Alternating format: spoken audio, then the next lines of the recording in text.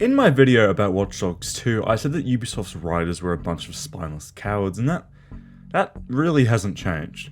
Ubisoft has once again written the exact same narrative.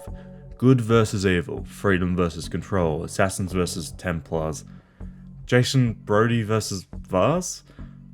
It's been the same conflict since 2007, and Watch Dogs Legion is no exception. It had the same, this game is deeply political, and then the walk back, and then Polygon's response to the walk back. It's the same stuff again. You can do this for Assassin's Creed because it's not about problems that actually affect real people. There's no Templars trying to steal my genetic code. It's a battle between absolute uncontainable control and absolute unattainable freedom. And then you have Watch Dogs. Data privacy, surveillance states, police brutality, the immigration crisis, and gang violence are the backdrop for Watch Dogs. And Legion is the worst of the three, because this time, we are not in America, but London. A place that honestly didn't need much changing to be the ideal setting for a game exploring data privacy and surveillance states.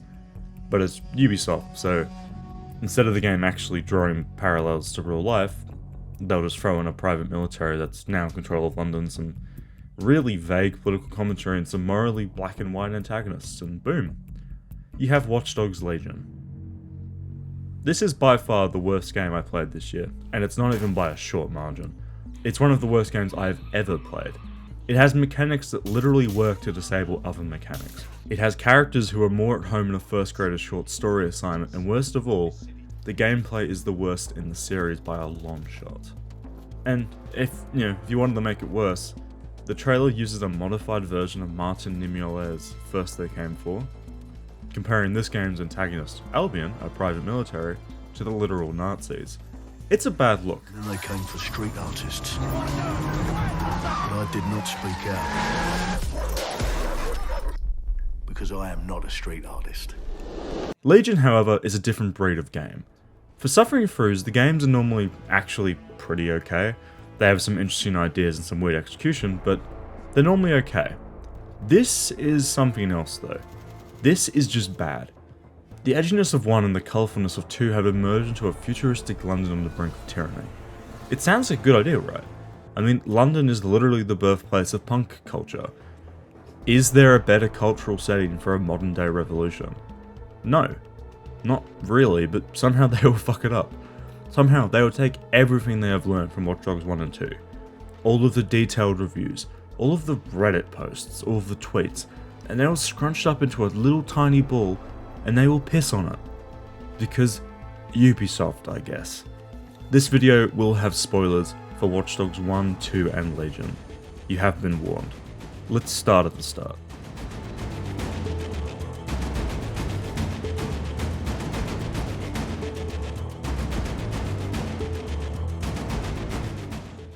Legion starts proper with an introduction to London.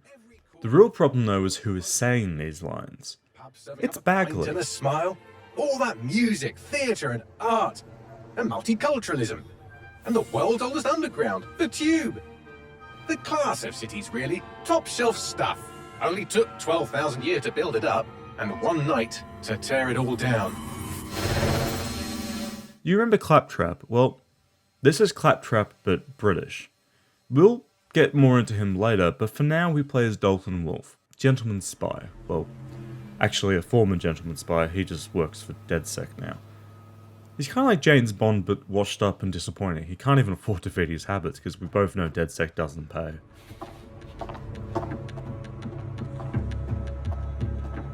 What's our status?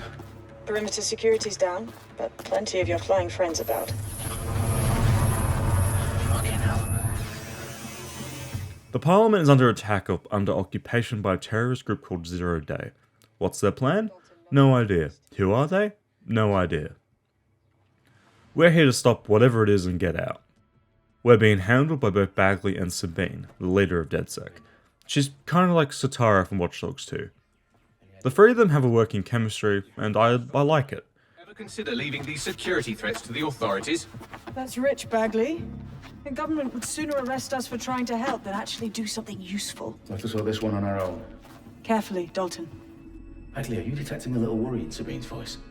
Brilliant. Asking the computer about feelings. This explains so much. Shut it, you two, and get to work. There she is. We'll touch more on tone later, but you can probably see a problem emerging here. Gameplay-wise, Legion has retained most of the original two games. It's a third-person shooter with cover and stealth elements, plus hacking, of course. One notable addition is that we can now press C to crouch. In both previous games, it just kind of triggered on its own, but this gives the player more control and should hopefully mean that stealth is more of a focus in this game now. And hopefully there's no one-button solution to stealth this time too. Interestingly enough, we now hit Q to hack into stuff, not middle click, so they reverted back to the original game's control schemes. We can once again set hazards to be proximity mines, takedowns are quick and quiet, and when spotted, instead of launching into gunfire, we actually get to punch people. It's a pretty okay system, we'll go more in depth later, but for now you can punch, guard break and dodge. It's pretty self-explanatory what they do, a dodge lets you follow up with a quick counter for more damage though, which is nice. Dalton informs the team that ZeroDay are seemingly prepping the place to look like Dedsec was here, to pin us for whatever it is they're doing. They even have our gear. But the important question is, where did they get it from and what's their plan? Oh, fuck me. The entire place is rigged to blow. Jesus, those canisters. Bagley, is that... RDX nitrogen, enough to level Parliament. Turns out, they're gonna blow up Parliament, because that's a lot of explosives, so we better stop them then. I kill some more guards and head into the House of Commons where I find the detonator. Right in the House of Commons. Whoever these men in black are, they've got brass bollocks to set up in the centre of government. I found the detonator. And it's definitely live. Bagley, I'm gonna need some help with this. Yes, you are, but sadly I'm locked out. Fuck. We don't have a chance without Bagley. Wait, I might know a workaround. We trained in manual overrides at MI5. You're full of surprises. Be quick about it. All right, Bagley, do your thing. I'm in. And the bombs have just armed themselves. Well, that may complicate matters. Fuck's sake. Can you defuse them or not? Of course I can, but I might also trip another failsafe and vaporize you, so fair warning. Expect this to draw some attention your way, Dalton. Oh, I'm counting on it. Company at our back door. Dalton, we've got some heat here at HQ. How long's this gonna take, Bagley? Depends how often you interrupt me with questions. All right, everyone. Faces on, guns out. It's about to get real.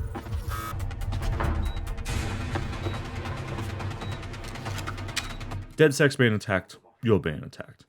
The first taste of ranged combat leaves a bad taste in my mouth. It feels terrible. Guns don't ever seem to hit where you're pointing. Enemies either have too much or too little health. Guns, in terms of feedback, just don't feel like guns, but toys. It's a problem, but we'll talk more about that once we get the plot rolling. There's a real problem though. Bagley can't deactivate the bombs, but we can certainly cut a random wire and hope for the On best. the left, one of them is the receiver. You need to pull the controller wire. Are you fucking kidding me? No, I'm fucking not. Pull the wire. If this gets me blown up...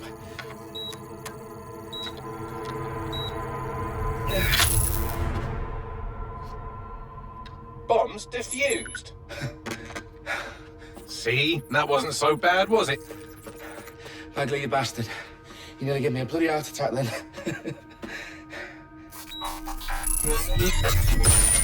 Whoa, what the fuck am I looking at? It appears Parliament is not the only target. More bombs are going live as we speak. London's about to blow and we really need to stop it before it can happen. I picked up a transmitter on the roof that is sending out a signal to the other bomb sites. If you can reach it... I can shut it all down.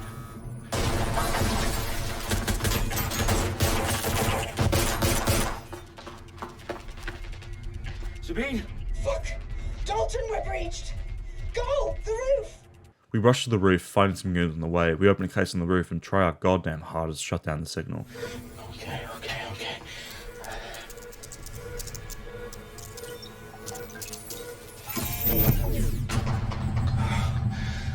Bingo.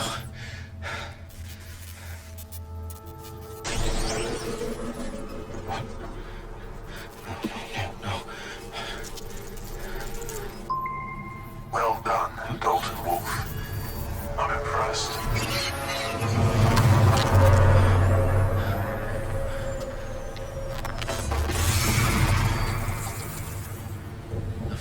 you? Oh, you still think we're here to save London? I'm afraid that's not going to happen. You're here to help us with some important work. Important work. Killing thousands of... Exactly. To save the world. You do know Londoners have died before. Hmm? The Plague, the Great Fire, the Blitz. It's not much fun. But destruction is always the cure. And it begins today. ZeroDay.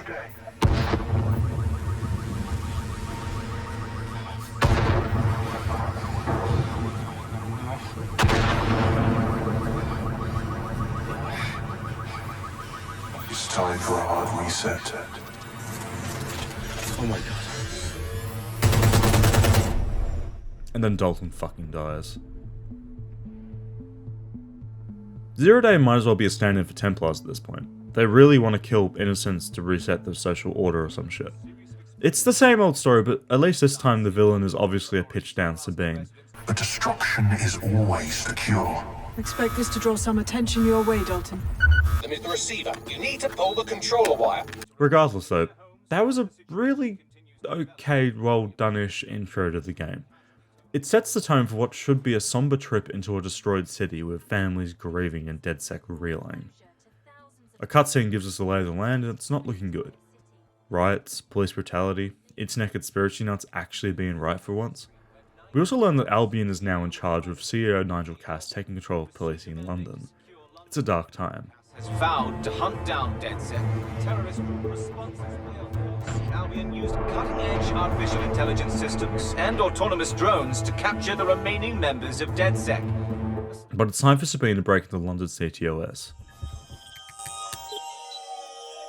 I need to assemble a team, but I can't reboot Dedsec alone. Let me break into London CTOS and see who's available.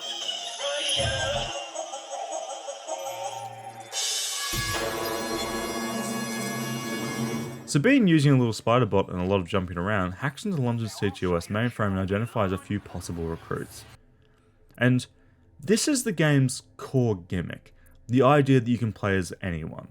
The game gives you a selection at the start to choose 3 operatives from.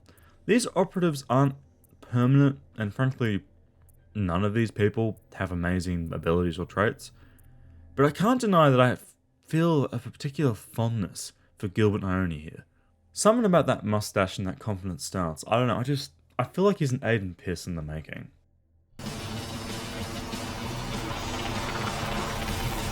Gilbert ducks out of sight from an Albion patrol car.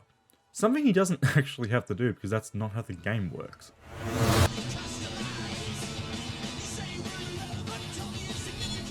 We instantly get ETO, this game's currency, a sign of things to come, and then Sabine calls us to work. We hop on a car, experience the worst driving feel in the entire series, and arrive at the Dedsec headquarters. But before we can get in, we have to do some spinny pipe puzzle hacking. Joy. It's in the real world, much like Watch Dogs 2, so double joy for Gilbert and triple dread for us, because this game uses it at least every 10 minutes. I'll see you downstairs later then. Ah, here we go. Down the rabbit hole. We power up the safe house and are greeted by Bagley, who immediately threatens us. No Dedsec registration detected. Identify yourself, or I'll seal the exits, hack your optic, and read you every drunken email you ever wrote until you starve. Oh, do simmer down. Sabine brought me here. Sabine's alive? Well, that's one piece of good news. I'm Bagley, Dedsec's definitely not stolen, highly advanced AI assistant, and it seems I've been out of commission for a few months. Anyway, why don't you go connect me to the Dedsec network so I can become more powerful than you could possibly imagine? I mean, catch up on what I missed. We reactivate Bagley's servers and reconnect them to the internet. And then we call Sabine and get her up to speed. Bagley doesn't remember much of what happened. Sabine is still in hiding, so it falls into us to rebuild Dedsec. And I don't know about you, but it bothers me that it's come down to some random guy to form a resistance. Don't get me wrong, Gilbert is a catch, but he's no Marcus Holloway or Aidan Pierce. Hell, he's not even a wrench. He's just a random guy, and maybe that's the point of Legion, you know?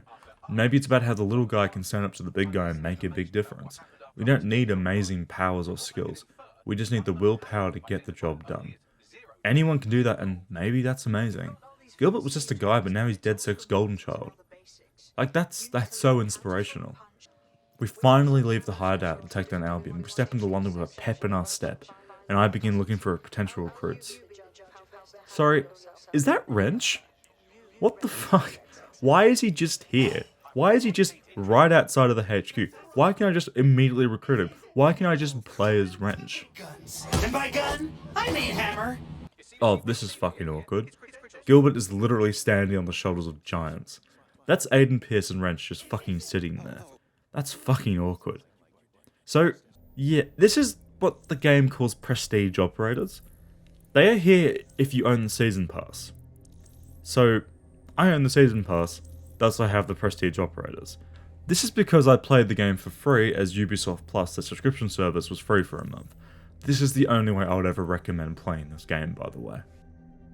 The fact that right outside of the first mission are multiple playable characters who have far better weapons and ability sets than Gilbert and the other starting characters means that progression is already fucked. The game makes or breaks on the player's anyone gimmick. The trailers are about it. It was the marketing. It was the fucking E3 demo for this game. This game is this gimmick. So why would I play as Gilbert when I can play as a hacking hitman or an anarchist with a sledgehammer? These two are actual Dedsec members, right? Gilbert's just Gilbert. The only way I can see for why this happened is that Ubisoft conceded. Conceded what? Conceded that the player's anyone gimmick doesn't work. Let me explain. Each operator has a set of traits. These traits inform what abilities they have, what weapons they have, and if they have any special skills or features. For example, some people just have better guns. They might innately have access to a light machine gun, whereas anyone who doesn't have a weapon trait just has access to a Dedsec pistol, SMG, or shotgun, all of which are incredibly shit. They are kind of positioned to replace the stun gun from Watch Dogs 2, but they aren't like one-shot instant knockouts like the stun gun. Instead, they're just random pistols, SMGs, or shotguns that have non-lethal in the item description. But they function identically in terms of lethality to that light machine gun otherwise, just far worse in terms of damage. You would just want someone who has access to better weapons for combat reasoning. Aidan fits that niche as he has access to proper weapons. He has slow-mo aiming after a takedown, he can do a CTOS blackout, and if you do like an active reload on his weapons just do fire damage for no reason. What the fuck? He can also just use any weapon that any operator has, meaning there's no reason to play as anyone but Aidan. You want a silenced pistol? He can do that. Assault rifle? He has that. Like, how can Gilbert or any other recruit compare to that? Well, they can't. They also can't logically be picked over a literal assassin from Assassin's Creed, or a random tattoo artist who also has a silenced MP5, and a trait that literally just means he's better at stealth. And this is without mentioning how one of the prestige operators literally has mind powers. So, the prestige operators do kind of ruin the fun of this game's central gimmick, and it was obviously a decision by Ubisoft to do this. And I think the reason why is that because the random NPCs you recruit don't have any personality or real character, because they're all made to fit the one script. Like, most dialogue doesn't even have a male or female script. They don't change pronouns, for example. They stick to the neutral they-them. Most missions that have us talking to someone normally pair us up with Bagley or another unplayable NPC, solely so the dialogue actually works. Oh my days, this kind of thing could help us out big time.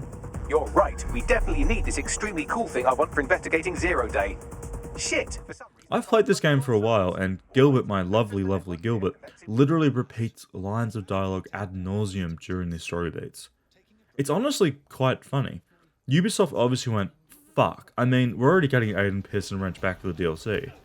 Why not just give them an extra day in the VO booth and record enough dialogue so that they can also do the base game too? At least then the base game has a main character, or at the very least, two characters that have a personality that extends beyond the compulsive need to do good for no goddamn reason. So what if you ignore the prestige operators? Well, it's pretty interesting actually. I decided mainly for roleplay reasons and for shits and gigs that Gilbert would be the main character, at least until I found someone more interesting. So Gilbert sets out to recruit new members for Dedsec. Okay, so here's our game plan for the rest of this video. As Legion is a game that is very much in 3 parts. The gameplay, the story, and then the Bloodlines DLC. This is how we're going to be tackling the game as well.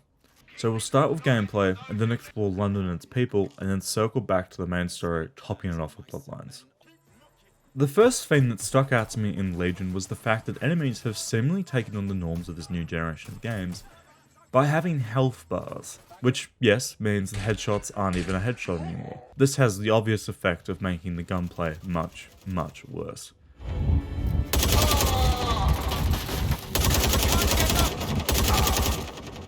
Say what you will about Watch Dogs 1 and 2, but they at least had very solid gunplay. Were they great shooters? Fuck no. But it's a lot better than this derivative shit. There was a flow to combat that for the most part really integrated with the hacking and cover systems, creating a shooter that, despite its flaws, felt very responsive.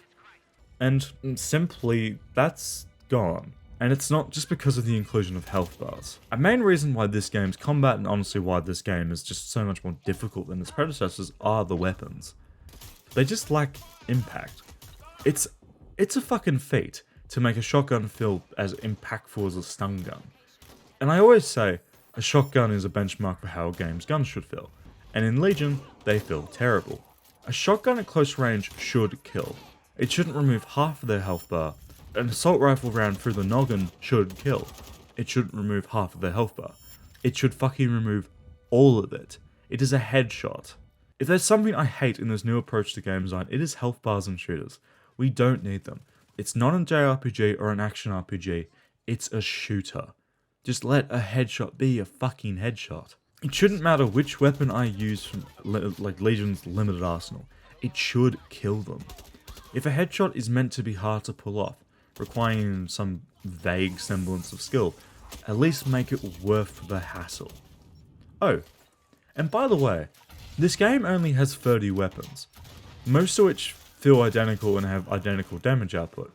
There's a few unique weapons like a dedicated stun gun or a nail gun, but honestly, just avoid them. They are not worth the downsides of having an operator with the associated perks. Legion's limited arsenal establishes a sort of hierarchy within its weapons. Pistols are useless because SMGs exist. SMGs are useless because assault rifles exist. Assault rifles are useless because LMGs exist. It makes more sense to just go ham with an LMG than it does to try and be accurate with a low recoil pistol scoring a headshot. The smoothness of Watch Dogs 1 and what remained of it in Watch Dogs 2 is all but gone now.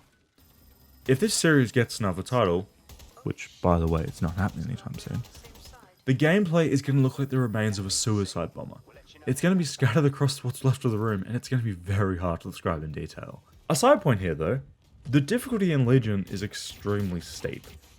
Like, you already died like somewhat quickly in 1 and 2, that was fine, you're a one-man army, they have to handicap you somehow, right? But in Legion it's worse.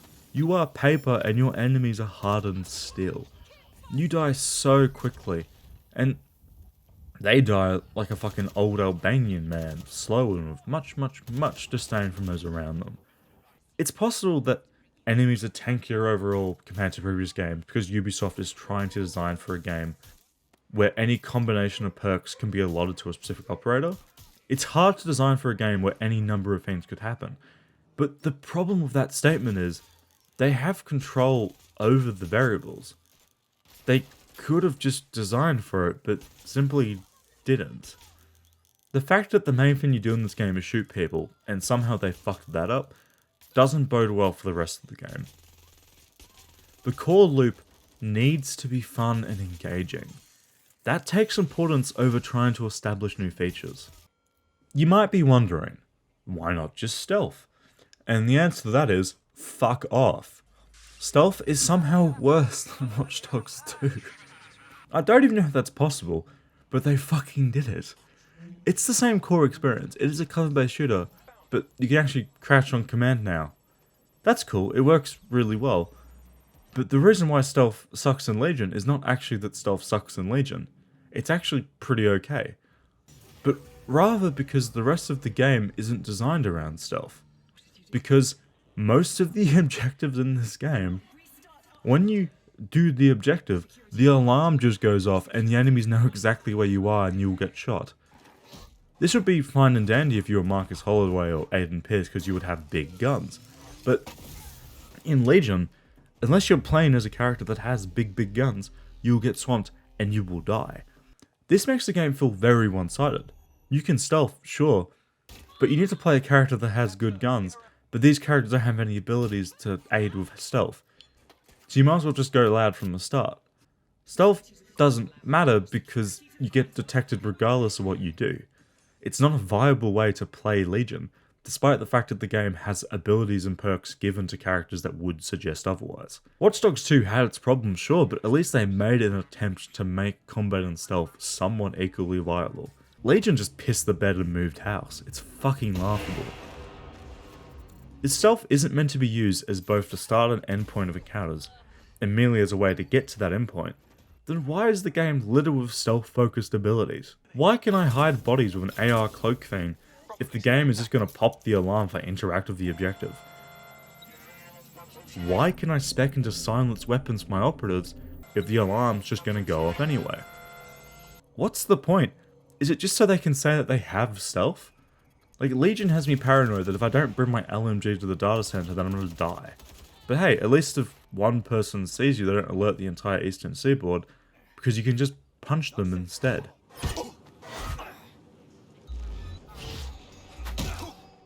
Okay, so melee combat. Is it good? No. No, it's not. Is it useful? Kinda? This is Ubisoft's attempt at offering another option to lethal combat. And to be perfectly honest, it's some of the worst fisting I have seen in any game. It's rigid and tied to context actions.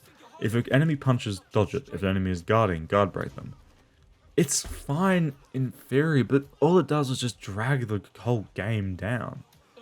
A 1v1 is the same mechanically as a 1v2 and a 1v20, because the game doesn't offer up anything besides the most basic features of it. You can punch, you can dodge, you can guard break. That's it.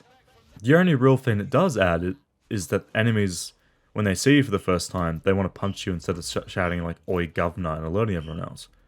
So you are incentivized to just take down who saw you and continue on your day. That part's okay or good, I don't really know anymore.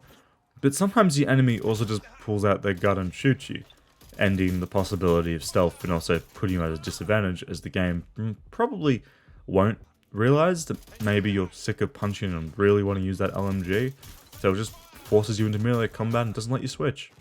That might be a bug, but it happens so often that I don't doubt it's not intentional either.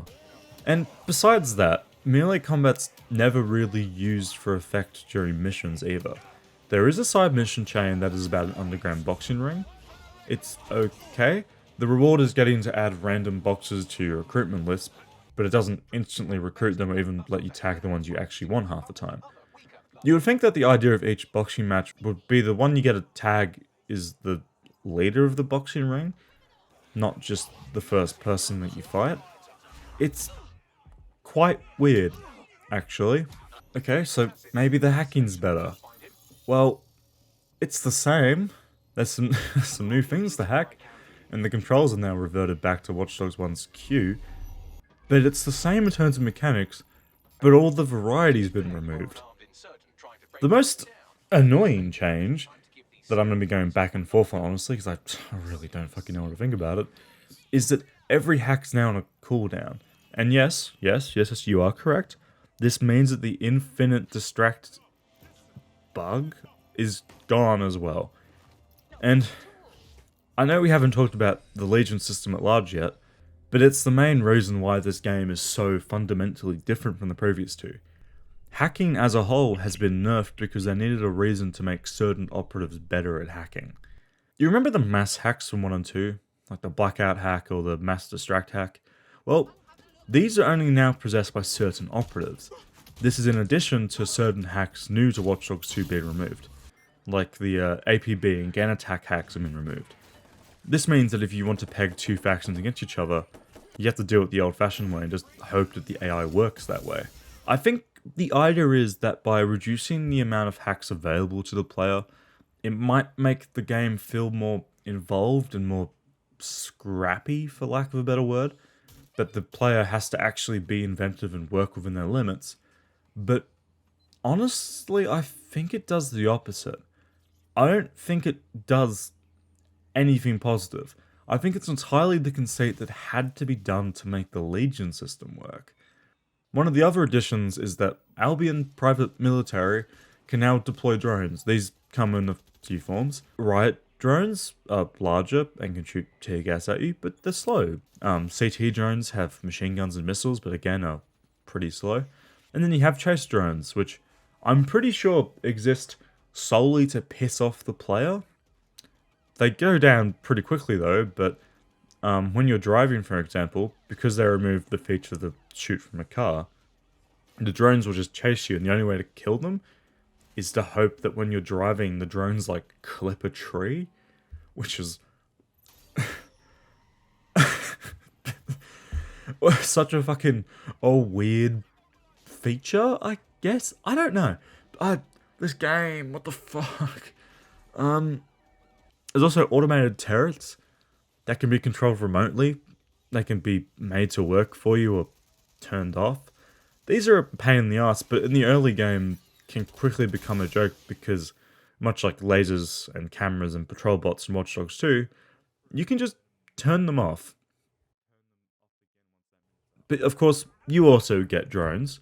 Technically, 3 of them are exclusive to Dedsec ops. You get a little spider bot that you can use to like navigate vents or otherwise tight spaces. And we also have a quadcopter which exists to get us a higher viewpoint and to help with the game's hacking minigames. And finally, the cargo drone. The cargo drone exists to dethrone the scissor lift and crane from Watch Dogs 2. But they also break the game in more ways than one. I genuinely feel bad for the level designers that spent what I could only imagine was potentially years making London feel as impressive and as real as it does. Only for some unpaid intern to come up with the idea that maybe we can just fly around London instead, and avoid nearly all of the thought-out enemy encounters by simply flying over the enemies and landing on the objective. It is actually crazy how many of London's impressively well-designed locales are frauded by a fucking cargo drone. The level designers spent time figuring out the best places to place patrol routes, so the player had angles and viewpoints to take down enemies, only for the cargo drone to show up and just let the player fly over the top of it. And this, once again, is because of one core thing. The Legion system. Legion's central idea is that you can play as anyone, from a random fuck-off civilian to a professional hitman.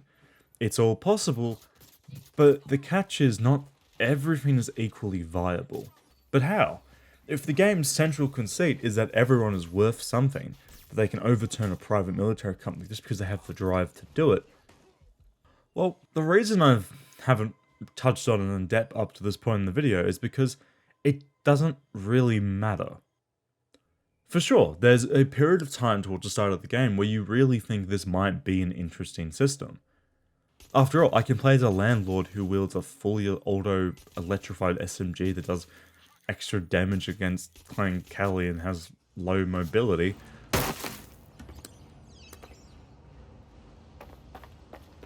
Or maybe I can play as Gilbert, a serial entrepreneur with a police contact who may or may not benefit financially from joining the team.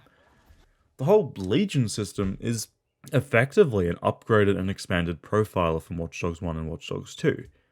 You know that thing that lets us get fun facts about people before we steal their money? Well, to be fair, it was meant to be this nice little bit of interactive world building, to show us how much information that CTOS has on average people. But for the Legion, it's just so we can look at what guns people have so we can recruit them to our domestic terrorism cell. Like, the point of the profile in the first game and the second game was to showcase how information is weaponized and used against the average person. It was to show that no matter how protected and safe you think you aren't. Tech companies know so much about you, and you can't stop it. It's inherently wrong, but for Watch Dogs, it has the added benefit of making NPCs feel more alive, despite the fact that it literally doesn't do anything but add flavor text to faces NPCs. But maybe that's the point. Maybe it's really just boiling down people to a few lines about what they can advertise to us. It's actually kind of genius. But for Legion, I'm just window shopping for people who have LMGs stuffed in their jeans pocket. On paper, it's a good system. Find someone who you think might add to the team's roster, talk to them, and figure out what they need to join the team. Most of them just want you to go rescue one of their friends from a gang, or to delete some compromising data. It's simple stuff, but it nets you a new face amongst the reformed Dedsec team. And there is this period at the start of the game where you just keep walking towards people and profiling them, hoping, praying, and waiting for someone who is truly special to come around. Someone with an ability that is truly main character worthy. Maybe they have a tragic backstory that we can explore through the main story, or they have a really interesting weapon, or perhaps they have a unique hack. The proposed system would, in theory, let you have a hitman for missions where combat effectiveness is more paramount to victory, but then switch out for a hacker for when hacking is needed. It's a good idea on paper. It brings together the best parts of the Assassin's Creed Brotherhood's Brotherhood system with the randomness of Shadow of War's Nemesis system. It could be the perfect system for a game mostly about a faceless resistance where everyone is unique and everyone is useful. But Legion never gets there. Because, in order for the system to work, they had to replace the traditional one protagonist of the Watch Dogs series with countless protagonists. This means that you won't be sticking with just one operative, as much as it feels like you really should be. But instead, you'll be bouncing between a few chosen operatives, maybe because they have better weapons, look better, or just sound cooler. Whatever it is, it doesn't work. Ubisoft's approach to this comes with so many problems. This is a game that desperately wants to appeal to everyone and no one at the same time. The problem with getting rid of the single protagonist model is that missions, encounters, and indeed the gameplay at large cannot be purposely designed anymore. You can't focus on a specific set of skills or abilities that the player will have. You can't design for anything but the most basic assumptions. All of the operatives can move, climb up pipes, and hack. That is all you can assume. Legion has 162 traits to balance around. That is a drastically different beast compared to Watch Dogs 1 and Watch Dogs 2. It is so much harder to design for, in fact, that Ubisoft just said fuck it and did nothing. Every aspect of Legion has suffered because of this feature. Every outpost is now designed for the common lowest denominator. They have to be able to be completed by player characters that can't take cover or run. You have to have outposts that are so basic that they can be completed regardless of what the current operative brings to the table. You can't assume that every player when they enter this outpost is going to have a drone or a spider bot. They might have like an electric punch instead. This means that if you're going to have a section that's only accessible by drone or spider bot, you also need to provide an alternate way in. Or you can just do what Ubisoft did and just have it so you can spawn a spider bot from the spider bot station. Literally making the active choice to have a spider bot in your loadout pointless, as the game will just give you one when you need it. In a general sense, if a particular encounter needs you to have something, Ubisoft will just have a box that gives it to you. It's just such a weird way to make a fucking game. This is a game about picking and choosing operatives based on their unique skills. Skills that are made pointless as the game just gives you those skills when you walk in through the enemy's front door. And this isn't to say that particular traits don't make the game easier. For example, having a car that can shoot homing missiles is just a good idea, especially when it comes to shooting down pursuing drones. So is bringing an LMG to every mission, as previously discussed. There's also a lot of smaller perks that are just nice to have, like faster health regen or just making less noise when running. But these traits aren't strictly needed. Not when you can play as Aidan Pierce from the start of the game, or Wrench, or as a literal assassin, or as a psychic hacker. The prestige operators form what is one of the biggest problems for Legion. From the start of the game, Legion's central mechanic is sidelined so you can play as characters who actually have personalities and unique perks. Plus, there's no need to look around for them because they're all nicely positioned outside of the tutorial's ending cutscene. Any unique perk which isn't found immediately outside of the pub will instead be found on waypoints that the game doesn't let you miss. But even without the prestige operators, as soon as you meet someone who has decent weapons, there's no reason to scout the streets of London for hidden gems. Because the hidden gems don't exist. The game's central conceit that everyone is unique and important is fundamentally flawed, and the game doesn't even try to hide it. So, fun fact, did you know that this game with hundreds and thousands of playable combinations only uses around 50 to 100 voice actors? That's what the Washington Post article says anyway. But I doubt even that. Another article says there was only 20 versions of the script, and I think that's much more accurate. Let's assume that means 10 different personalities with a male and female voice. That means there are 10 scripts being read twice for each sex. This means that you will almost definitely hear a voice that sounds really similar, even with Ubisoft's voice modulation thrown in. The premise that everyone is different and unique and whatnot is hard to sell when everyone sounds the same. Especially when the dialogue and writing is so earth-shatteringly uninspired. Performances are wooden, and the shoddy cinematic work where they just blur the background and film it from a mid-shot only subtract from any decent performances present. Because in Dedsec and in London, there are two types of people, Dedsec and non-Dedsec. People before we recruit them are really depressed. Around charity. We help undocumented immigrants and asylum seekers from being taken by the deportation squads. But as soon as they join, they all of a sudden become a cheeky, arrogant cunt that doesn't understand constant, believable narrative tone. See what you're capable of. Very excited. Brilliant! I'm not ready to go to pasture yet. Let's get to it. Fabulous. Without its soldiers. Glad to have you. Yes, I'm ready to go bastard hunting with you lot. Can't wait to see what you can do. Yes, I'm ready to go bastard hunting with you lot. Nice. These aren't characters. They're voices. The only main character per se is Bagley, and even that's a pretty flimsy argument to make.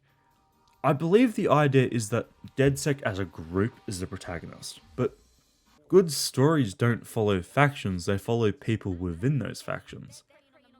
And none of these people are people. They're just voice modulated husks to spit out whatever lines get us to the next mission. And it's really sad to see this after Watch Dogs 2, because they did this already. If Watch Dogs 2 just let you play as the other members of Dedsec, they would have done Legion's central mechanic so much better. But as we can see in this game, it doesn't matter if you pull over characters from 1 and 2 because they've fallen into the same trap as the rest of Dedsec's London chapter. Join us. Look, I've never really been into team sports, but I'm gonna be here for a while. And the truth is, I like your bartender. I used to help her out on a sort of contract basis. I could do the same for you. If you want. Lovely. Hoped you'd say that. See you in the field. They're cheery cunts now. But hey, let's at least talk about the recruitment and relationship mechanics. Recruitment is ridiculously simple. If someone likes Dedsec or is even just neutral towards them, they will just want you to do a mission for them, and they're simple and quick. Once the mission's done, they become overly joyful and a bit of a cunt, and then they join Dedsec. The interesting part, though, comes from people who don't like Dedsec. You'll need to abuse their data privacy by using the Deep Profiler. This literally tells you what they do at certain times in the day. But a Watch Dogs game betraying its themes for gameplay reward isn't really anything new here. In terms of gameplay, though, you just have to do 2 missions to get them to join Dedsec. But how do you get someone to hate Dedsec? Well, you injure them or their family, friends, or co-workers. Yeah. Remember how I said Legion kinda is like the Nemesis system from Shadow of War? Well, when NPCs are generated, they are also given friends and family. This is like a massive fuck-off web of relationships, and you can seriously make entire bloodlines hate you. It's honestly quite impressive. Within London, there are 2 forms of currency.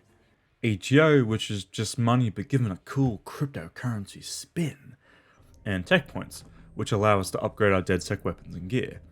ETO, however, is solely used for clothes. That's it. It has no other uses, but the game will constantly give it to you, despite the fact that it's nearly useless. Why can't we use it to buy guns from a black market dealer, or, I don't know, buy a 3D printer so we can print guns like in 2? Well, I wish I knew, because it doesn't make any sense to me. I think Ubisoft just went, you know what's picking up steam again? That Bitcoin thing. We just need that in our game, man. The kids will fucking love it. But I know the kids won't love tech points though, because honestly speaking, they're redundant. Tech points exist to allow the player to upgrade baseline equipment and gear for every Dedsec operative to use. For example, we can upgrade our Dedsec non-lethal pistol to deal more damage and to have a suppressor. This means that every operative can use this pistol and its upgrades. Or we can have a cloaking device. That's cool, I guess, sure, but you don't really need it. You also don't need the ability to hide bodies, because as soon as you do an objective, all the enemies know where you are, so does it really matter if you get spotted a little bit early? You can also get the Deep Profiler, but it's one of those upgrades that I don't really think is worth your time, but you should just get it anyway. Even if any recruits you get are going to be worse than the ones you get from just owning the season pass. So, yeah. I'm going to assume you see the problem here. There's so few upgrades that are worth your time. Most of them just allow you to disable different types of drones or turrets scattered around the game. These ones are useful because the drones and turrets are bullet sponges and honestly just drag the game down. So, get what you think you need and then move on with your life. It's disappointing, it's weak, it's shit, frankly. When it comes to the open world and side activities in Legion, they are, as you can probably guess, very, very limited. London has next to nothing to do in it. The main source of side content comes from liberating each borough of London. There's 8 of them, and yet only 4 mission types spread between them. You will do a lot of the same mission types in ridiculously similar ways with probably the same operatives. You will experience very, very similar locations if you do clean out the boroughs, because the main story will use those locations for missions as well. Despite the fact that we have an entire city, I have visited the same building 4 times. You can play darts, keep the upsies, or do mail deliveries. You can also drink a pint at pubs to boost relationships with those nearby. That's about it. There's thankfully no radio towers, but there are radio tower-like missions needed to liberate some of the boroughs that require you to climb up buildings and complete a small puzzle of sorts. So yeah, there's radio towers now. So the only real important stuff is that the final mission of each borough is a somewhat unique mission scenario, mainly focused around exposing or destroying something that Albion has done to that specific area.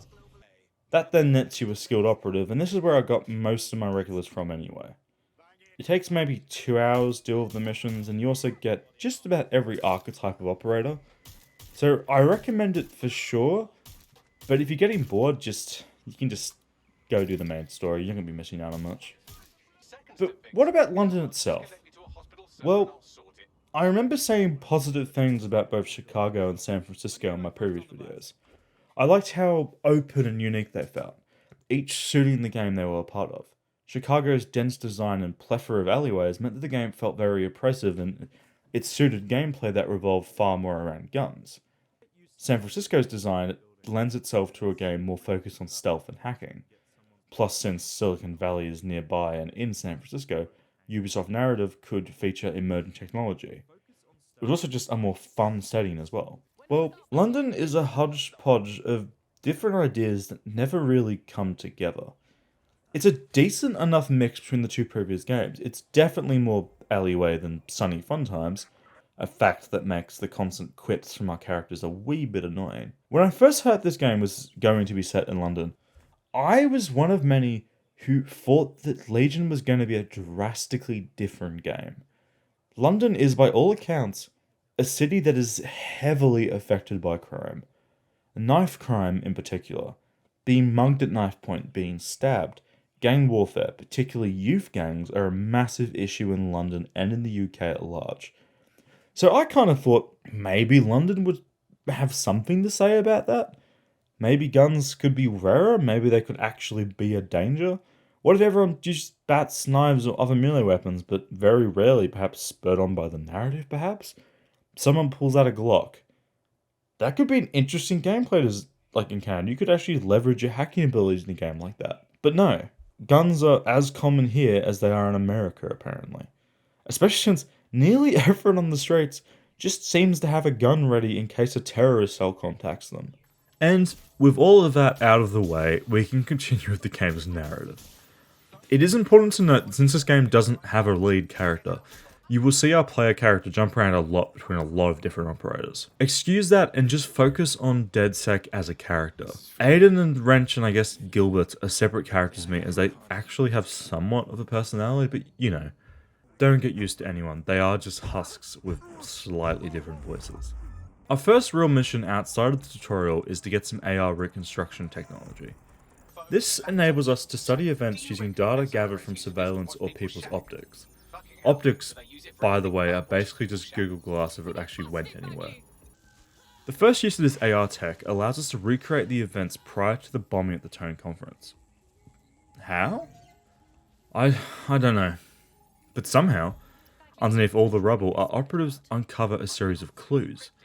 But due to this handy little spider bot that was there on the day of the bombing, we know we aren't alone in the hunt for ZeroDay either. And it turns out, ZeroDay wasn't alone in their bombing plans. Clan Kelley, the largest criminal enterprise and gang in London, seems to have supplied the explosives, but not the manpower needed to set up the bombs. Nor did they pull the trigger, but Albion was also involved. So if we can find this mysterious police officer that was piloting the spider-bot, maybe we can find out more about ZeroDay. Bagley reckons the spider-bot, if it was recovered, might be being held at Scotland Yard as evidence. And what do you know? It is. We hack into it and pilot it for a series of agonizingly slow platforming, right into Special Agent Jeffrey's cold, calculated hands. Bagley scans the spider-bot and tracks down where it was being controlled from. A secret underground maintenance room right off of the Thames. A room being used by none other than Inspector Caitlin Lau, who seems to have a personal vendetta against Clan Kelley for reasons separate from ZeroDay. I don't have all the details, but it looks to be human trafficking. The European Processing Center is the Albion angle. Since the bombings, they can grab anyone off the street. Call them illegal immigrants, potential Dedsec insurgents, whatever. Though we know who the real danger is. So Clan Kelley gets hold of these people, these immigrants, deportees, victims, really, and they're taking them somewhere. But where and why? Inspector Lau mentioned Albion is running their part of the operation out of the EPC. Detectives like us call that a lead. With Dedsec's focus firmly shifted onto the Clan Kelley connection, we rush to the EPC, a sort of prison camp for immigrants which have been rounded up by Albion. Our goal here is to find the only other surviving Dedsec agent from the Purge. Angel Lopez, not London born, but I won't hold that against him, unlike some others. Looks like Angel got caught up in the immigration roundup, which, ironically, may be the only reason he escaped ZeroDay's Dedsec purge. But lo and behold, the EPC is actually just a front for Albion to torture information out of civilians.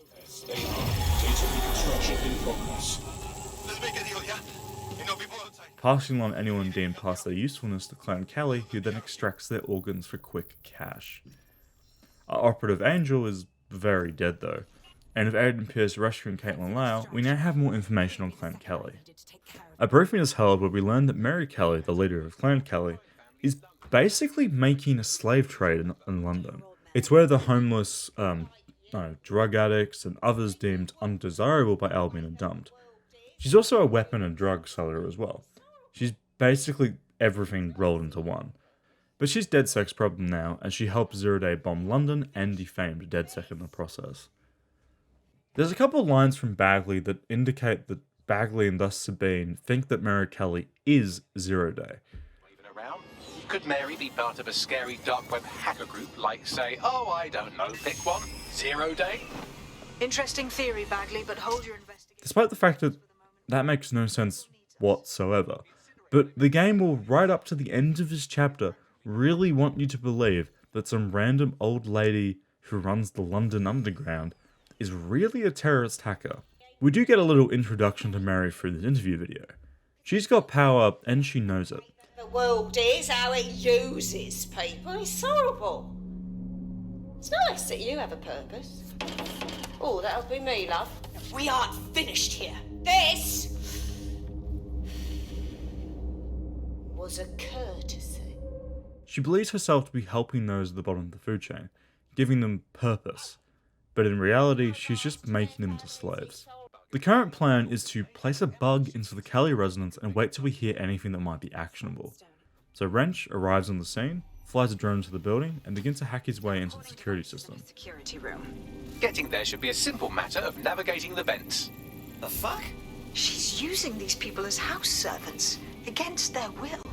Horrible in itself, but a million times worse knowing they end up as unwilling organ donors. Caitlin fills us in on her personal history with the Kelleys. She lost friends trying to put Mary Kelley behind bars, but despite that, she still wants to do it the right way. No murder here. Mary has to be tried in a court of law, something that Aidan Pierce disagrees with. I thought a strong enough case couldn't be buried. We were all naive once. What's your excuse now?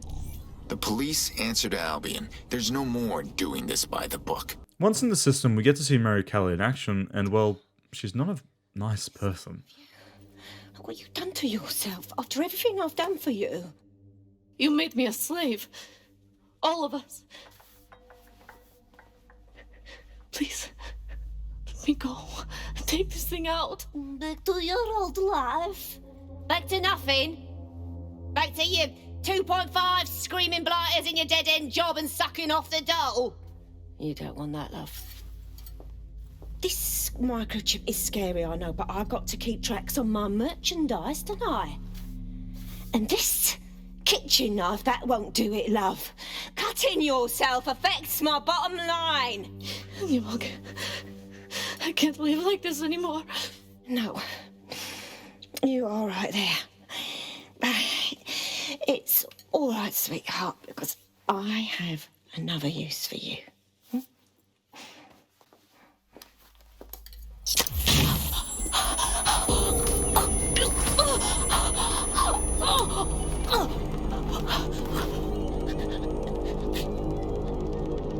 Ooh, paying attention, are we? Good, be sure and spread the word. Her character basically just boils down to that age-old stereotypical bad guy who's just evil because they're evil. There's no nuance here, something that this game lacks 99.9% of the time. Plus, tonally, London is a city plunged into hell, citizens being harassed by PMC on the street, gangs stealing organs. The tone is probably the most appropriate for both its setting, narrative, and characters, and I honestly think the most appropriate the tone has been for the whole series. It's not zany, it's not fun, it's not depressing for the sake of depressingness. It's reasonably measured and it works. It's not brilliant. Bagley cracks jokes every 2 minutes, which is really annoying and takes away from the decent work done by Ubisoft's writing team here. Since we're waiting for our cordial invitation to Mary Kelley's tasteless theme party, we can finally get back to what really matters, solving the mystery of ZeroDay. Who are they, and why did they frame Dedsec for the bombings? But the biggest problem that this game suffers from is that the player isn't given a presence. And by this, I don't mean that I'm annoyed this game isn't in VR. I mean the player is just along for the ride. They don't influence the ride. They are in the passenger seat while Bagley or Caitlin Lau or Sabine actually gets the plot moving. We just hit the right buttons. This, once again, is a victim of the Legion system. The fact that we don't have a protagonist means that the writers had to shift the normal duties that a protagonist does to other characters. Normally, our protagonist would be having conversations with people, learning new information and investigating that information to draw conclusions. This, however, is now out of our hands, and is now in the hands of NPCs that we barely physically see in the game outside of the occasional cutscene. Now, this wouldn't be too bad as long as these characters were actually decently well written. But the problem is, at least with this section's main side character, Caitlin, she spends the entire chapter going on and on and on and on about how she believes Mary Kelley must be tried by law. She needs to be put in front of a judge and tried for her crimes. But as soon as she gets Mary Kelley in front of her, she just lets her slaves brutalize her. To be fair, it probably doesn't help that Aidan Pierce told her to. Who are you protecting? The system or the people? But the point stands here. She goes against her soul-defining trait just because it looked cooler, I guess? I don't know. I don't get it. And even after this, she monologues about, but maybe this is who she's always been, but she just didn't know it. Live. I don't know. That was some version of justice, but not mine. At least, I didn't think it was when we started all of this. A line that makes literally no sense given what we know about her and what we understand to be her main defining trait. But, at the same time, this is a brilliant tone setter. It shows us that maybe people can change. Maybe the old ways of doing this by the book don't matter anymore. Maybe it's time we deal with our threats directly and with force. Ubisoft somehow managed to fit the British deportation crisis, gang violence, the underground organ trade, and slavery into about an in-game hour. But despite that, it dealt with one of my bigger problems from Watch Dogs 2. I actually did more than just sneak into a building and insert a USB. I did drone missions, car chases, snuck into a building and inserted the USB, and also a fair helping of holographic investigations on the side. The problem, however, does return in side content as you constantly revisit the same locations. And if you do too much side content, you'll start to revisit those locations in the story as well, with each story chapter more or less following the same progression as well. You hear of a rumour, you investigate that rumour and find out it's true and someone's at the top. You have a meeting, you take down the head of that group or faction or whatever, using a drone or spider-bot through some vents to activate a server or something. A choice that completely removes your operative from the scenario. And isn't that interesting? Once again, Ubisoft made a mechanic, marketed a game heavily on that mechanic, and then forgot to design around that mechanic. Because again, in a story without a protagonist, the actual story has to be given to characters like Caitlin, Baggy, or the other half a dozen or so random NPCs that only show up for a chapter or two. We hit buttons and we do the dirty work, but the decisions aren't made by our character, but rather by Bagley and Sabine, who both struggle to have clearly defined character traits. Bagley's annoying and Sabine is intensely committed to finding ZeroDay. That's really it. We ourselves, our Dedsec operators, are more or less just husks for the story to pass through. We are passive observers in a story that just wants to forget that we're even here at all. Although, I do guess that isn't technically true for the whole game. There is one chapter that includes the player actively, even if it doesn't really change anything. The 404 chapter is about the middle point of the game, and it's a starkly different experience to the ones both before and after it. It's almost like Ubisoft wanted to create a walking sim but couldn't find the time to make a game for it. So they just stuck some vague themes about what it means to be human, created some poorly fleshed out characters, and loaded up on Soma. Dedsec is contacted by 404, another hacking group that also steals and leaks data. But this time, Nout, 404's leader, wants to look into Sky Larson, the head of Project Daybreak. Eventually, we end up at her mansion where we do a pipe puzzle and then head inside. Sky is obviously very rich because she hasn't heard of primary or secondary colours. Turns out that Sky has perfected the science of backing up the human mind digitally, a form of digital immortality. Her first test being on her childhood pet, a dog, who she uploads to a spider bot. Wrench puts it out of its misery.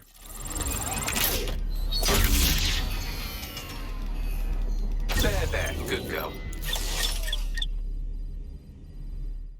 Her second test was a bit different though. Sky's elderly mother is dying or just getting old, it's unclear, but she doesn't want Sky to experiment on her like she did the dog.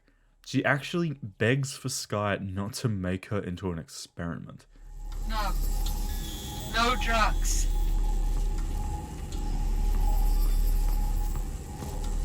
How dare you? Not so bad, was it? Sky's attempts start out low-key. She'd rebuild her childhood home, hoping that the reconstruction will make her mother more sympathetic to her approach. But it doesn't. Her mother just wants to die naturally. But Sky doesn't care, and one day on her mother's deathbed, her natural body passes, but she finds herself unable to see. Sky. Where am I? I can't see. Subject's lucidity confirms what I can see on the code. And then it clicks. She begs for Sky to just let her die, but Sky doesn't care. How? Oh my god. You disobeyed me. That's enough, Mother. Sweetheart, please, please don't do this to your own mom. Let me die in peace. You never believed in me, Mother. But you'll believe now. Over the coming months and weeks, Sky begins to slowly remove parts of her mum's personality, parts of her brain function, removing her anger, her will, her ability to think. 12.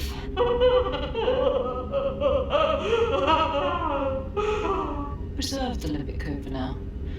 Emotional response is fascinating. Day 29. Finally, it will delete the limbic code. How can I be of service, Sky? Turn the light on and off. Making her into a smart home AI, preserving what her mother did for her, the acts of care, the acts of love, and distilling it into acts of service. It's very fucked. I'm invested in this and what the outcome could be. The mother manages to break out of her reduced state, telling Wrench to kill her, to pull her out of the computer and end her suffering.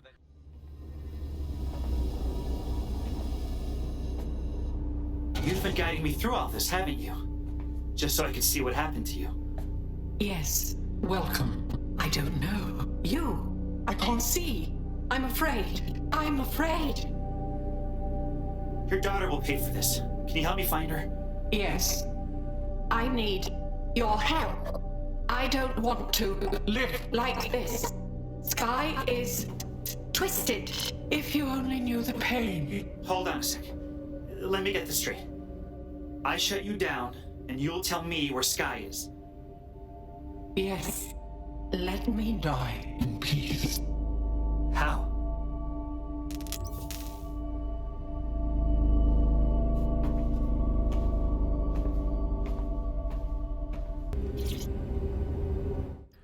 Wrench doesn't mournfully. This is the first time in the game where I felt like I did something. Not Sabine or Bagley, but me, the player. It's a good moment. And later at the climax of the chapter, we reach Sky Larson's location and she's on the verge of uploading herself to the cloud, making herself immortal and in her own words, making her the last chance humanity has to survive long term. This isn't about me. With our minds in the cloud, humanity can endure any natural disaster. We can be safe, free, and happy forever. I don't give a shit about humanity. You're a psycho brat who wants what she wants and fuck everyone else, including your mother. And for the second time in the series, the game gives us 2 waypoints. A decision. Do we allow her to upload herself, knowing full well what she did to her mother, knowing full well that she might not have the best intentions? Or do we kill her? It's a tough decision. Only it's really not. We have no reason to believe that Sky's digital existence is really for the betterment of humanity. What has she done that wasn't done for a selfish reason? Her upload of her dog and of her mother was not done to preserve their lives, but rather to test out a technology that could one day be used to preserve Sky's. So I obviously killed her. But curious what would happen if we saved her, I reloaded the save and lo and behold, you save her and Nout is furious. Your mate gave Larson fucking immortality. Pathetic. She's right, Nout. We're fucked as a species. Larson is actually thinking about how to save lives. Isn't that supposed to be your fucking job? I can't help but think of those AI she created. Lobotomized, enslaved, shit. You're vexed, I get it. But we still want to work with you. What can we do? You can fuck right off. That's what you can do. She hangs up on you, and then apologizes a minute later, unlocking the same side quest that I originally got. And then her company cancels Daybreak, which kills Sky anyway. So what the fuck was that decision worth? Well, obviously nothing. It's Ubisoft. They can't do actions and consequences. This is something that I've spoken at in length about in all of these Watch Dogs videos. Ubisoft's writers cannot write a narrative that actually changes, other than the main antagonist dying. The game just asks the player to consider if internal life, even if that internal life is given to a cunt, is worth it. That's a very deep question to ask the player. And somehow, Ubisoft doesn't even offer the usual platitudes of a question like that. They don't say that maybe life is about meaning to die, maybe death is part of life. This is a question that only Ubisoft could so thoroughly fuck up. I mean, come on, it's interesting enough that the Watch Dogs games have never really interfaced with the core material. They are ultimately games about data privacy and identity, but they never really get there. The most we do get is that maybe companies shouldn't sell the data. But a 5-year-old can tell me that. Why can that 5-year-old tell me that? Because it's a universal common agreement that personal data is personal. It's in the fucking name. But somehow, Ubisoft can't offer up an answer to a hypothetical question that no one has a common agreed answer on. No one would call them out if they answered poorly. We would just say, okay, I get where you're coming from, but I disagree. It's not a question that has a common response. It's not a question that has an embedded answer morally in our culture. It's just a hypothetical. A hypothetical question that they themselves engineered and somehow couldn't think of an answer. Is that not the definition of Ubisoft's writing? A bunch of questions that never get answered because Ubisoft doesn't know how to answer them. Just write different questions, dickhead. And yes, I know that technically there isn't a real-life analog for this question. Do the ends justify the means? That is what ultimately Ubisoft's question boils down to. And that very obviously has a correct answer. Well, one that is correct given a moral assumption by me. Larson's research is objectively wrong. It's elder and pet abuse, for fuck's sakes. But the real reason why Ubisoft can't decide what the outcome should be is because the outcome would actually change the story. It would introduce events that had consequences, something that Ubisoft doesn't do. Plus the fact that normally an event like this would be dealt with by a character and not a personality lacking husk. The only reason I did this with Aidan Pierce is that I knew he would have at least some sort of unique line here. But if you don't have the season pass, you would just be doing this with a complete random off the street. And that random would somehow have the most character development out of any of the operatives solely because they pick between 2 waypoints on the map. We ultimately make a choice so that Ubisoft doesn't have to. This next part should technically be Chapter 8, but I'm sick of being negative, so I actually want to talk about a decent part of the game. It had some parts that were actually interesting. The general idea is that SIRS, or SIRS, which is effectively a modern-day spy agency, has a rogue agent who activates a distress signal emitting from a coffee shop. Special Agent Aidan Pierce is dispatched to figure out what the hell is going on. I expect that we have to hack something, but no. We get past the flip phone, which, whilst not analog, it definitely isn't a smartphone, but according to Legion, it's a crypto phone. So, okay then. It's been a long time since someone called me on a flip phone. It's a cryptophone. It's secure. Every device on CTOS can be compromised. If we're overheard, we're dead. Both of us. Who are you? Not important. What matters is that I have inside information on SIRS, and I believe the people who framed you are rogue officers. And loath as I am to say it, Dedsec may be my only hope to stop them. Fine. We'll hear what you have to say. Good. I hid coordinates to a meeting place on a device in that establishment.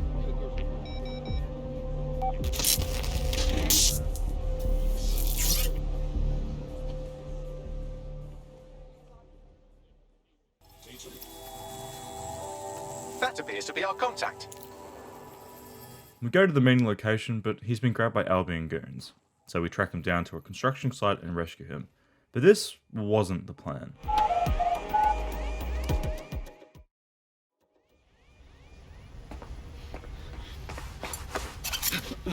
Quiet. I'm with Dedsec.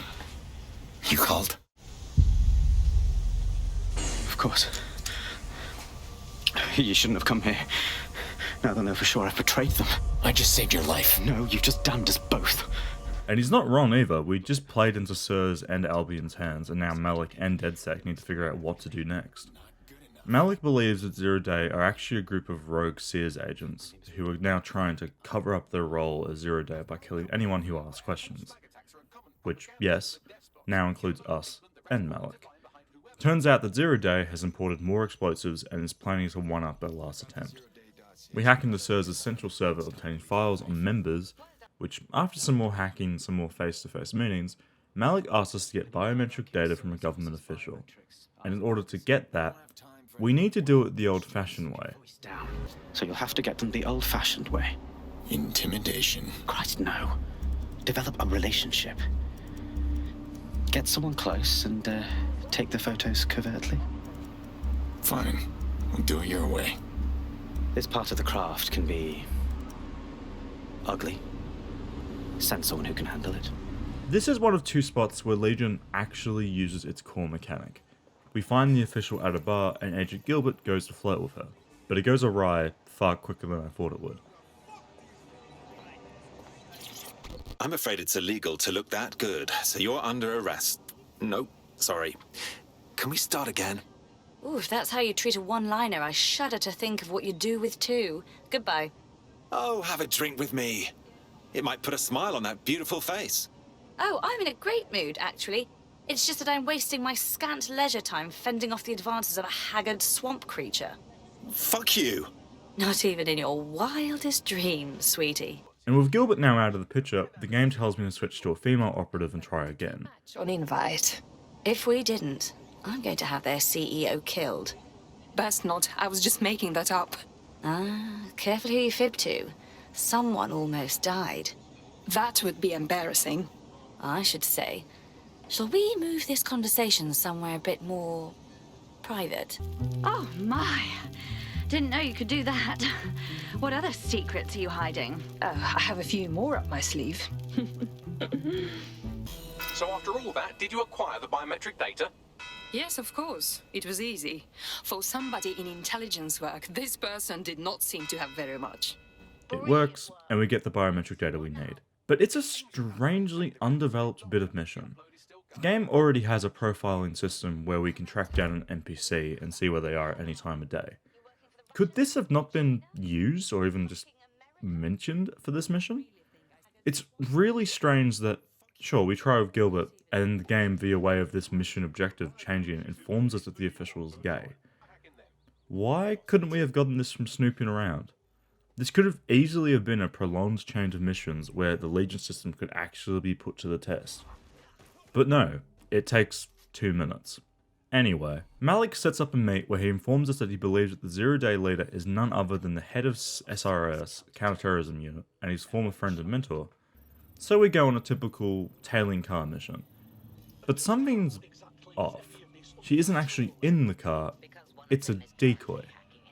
And I really did not see this coming. I was actually honestly pretty surprised by this. This is also probably the first time in this game that Dedsec doesn't win, other than the beginning where they all die. So it's nice to see Dedsec on the back foot, even if this whole chapter is pretty short-lived. Malik goes back into hiding, but Bagley manages to get together the few leads that we have, and then we get outsmarted again. We send an operative to what appears to be a normal mission, but instead they get grabbed and now we can't play as them. This has the capacity to either take away your best operative or your worst, depending on who you send. And it's a great twist. Angered by this, Dedsec hunts down Emma Child, but surprise, surprise, we get one-upped again. Well, Dedsec did. I kinda had my suspicions that Malik was bad from the start.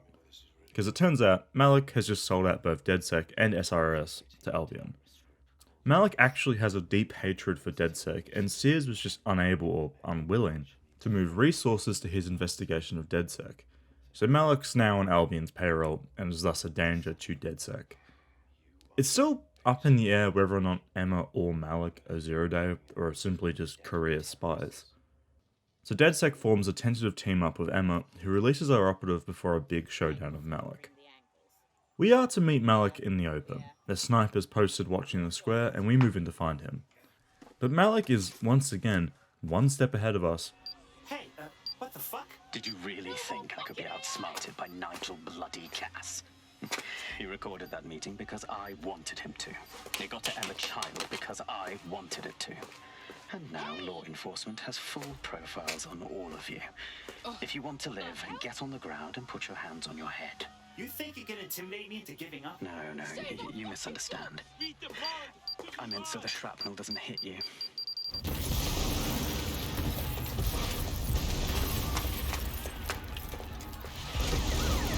And knows where Emma is running the operation from.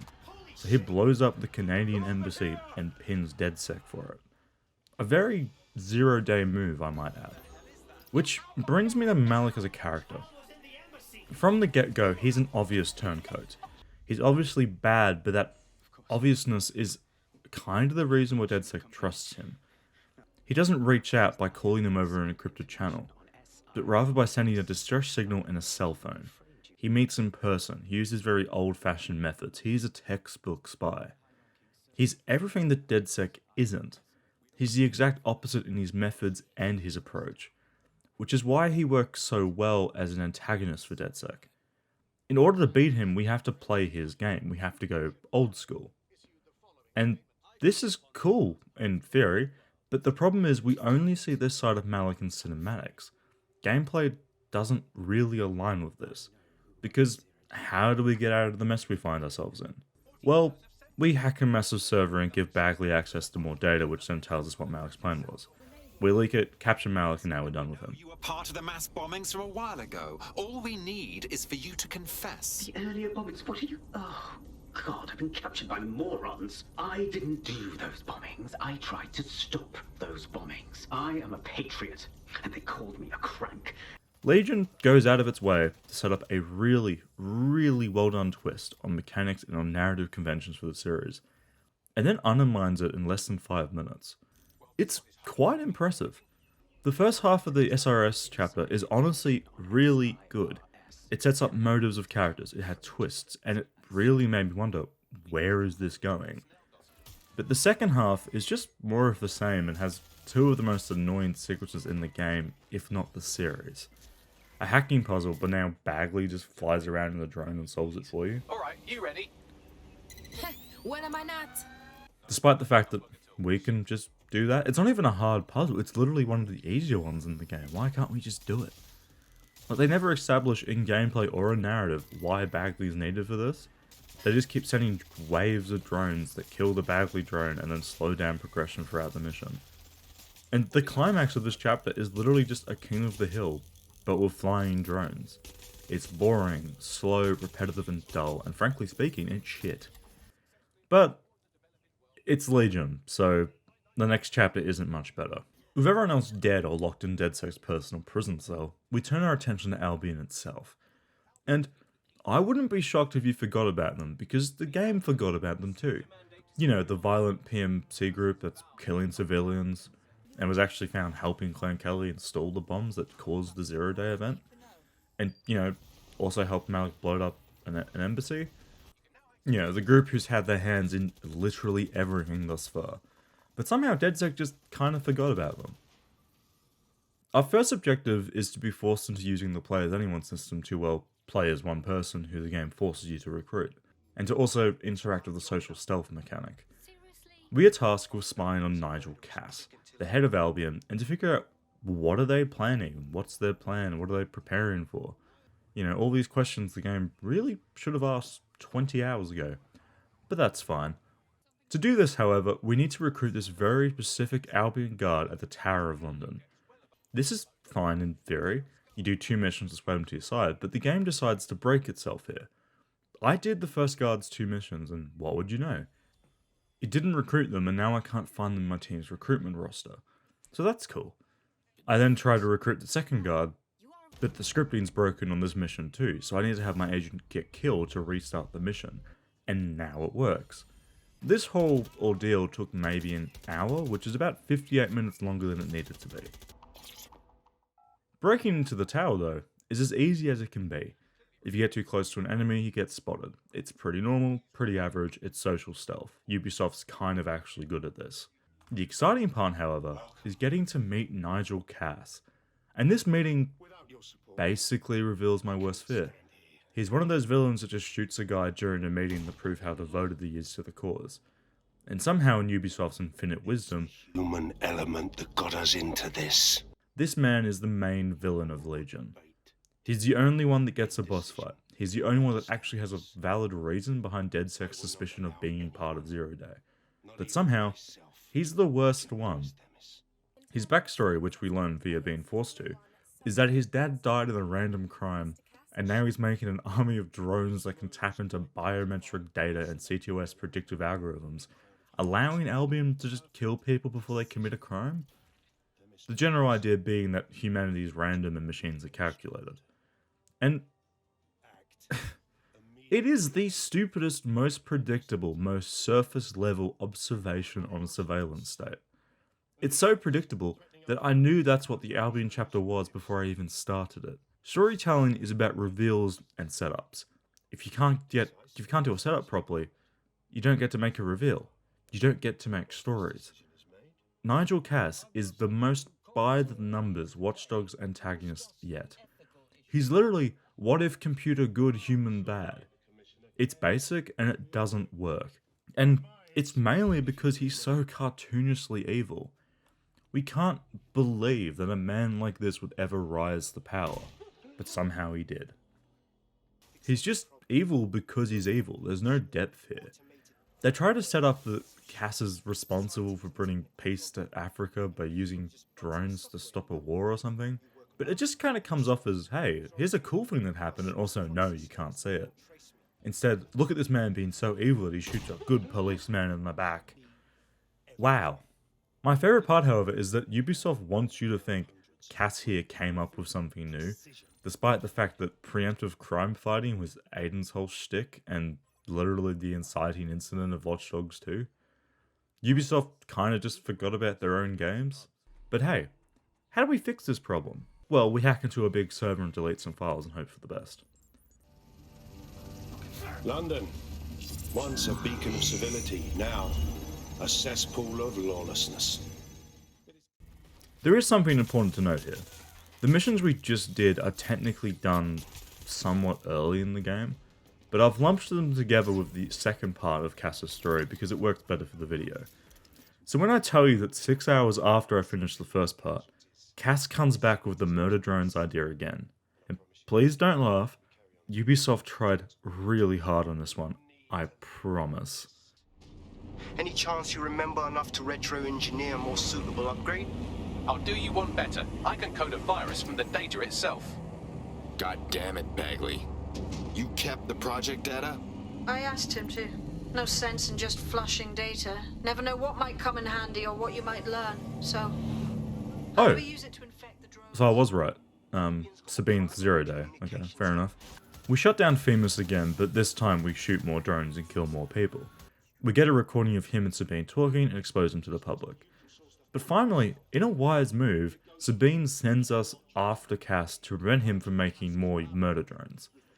And I want you to guess here. It's a boss fight, right? But what will the boss fight be? You have 3 options here. 1, a hack battle. 2, a giant drone. Or 3, it's just a guy who has a lot of health and we shoot. If you guess 2, you are correct. It's a drone fight. We hack some pararegulators which overheat the drone, causing us to shoot at this Resident Evil weak spot. We do this 3 times before Cass is ejected from the drone, and then I just shoot him in the noggin, and that's Nigel done. I would talk more about him, but he's not a character. He's a bad attempt at writing a fascist, or as Ubisoft would call it, a Templar. A character and ideology they've been writing since 2007's Assassin's Creed. And even before that if you count some Splinter Cell villains.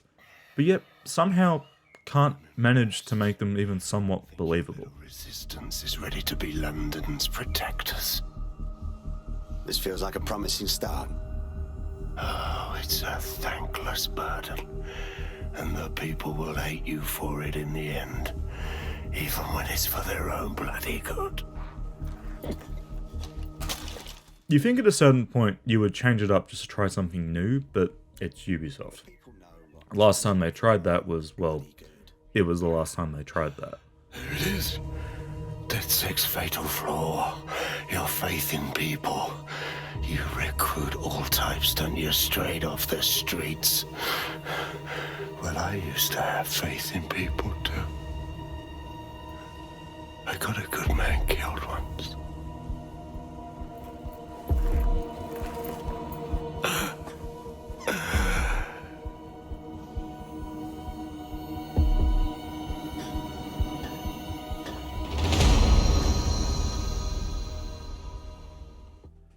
And I know it's hard to believe, but we are basically done with Legion. At least the base game.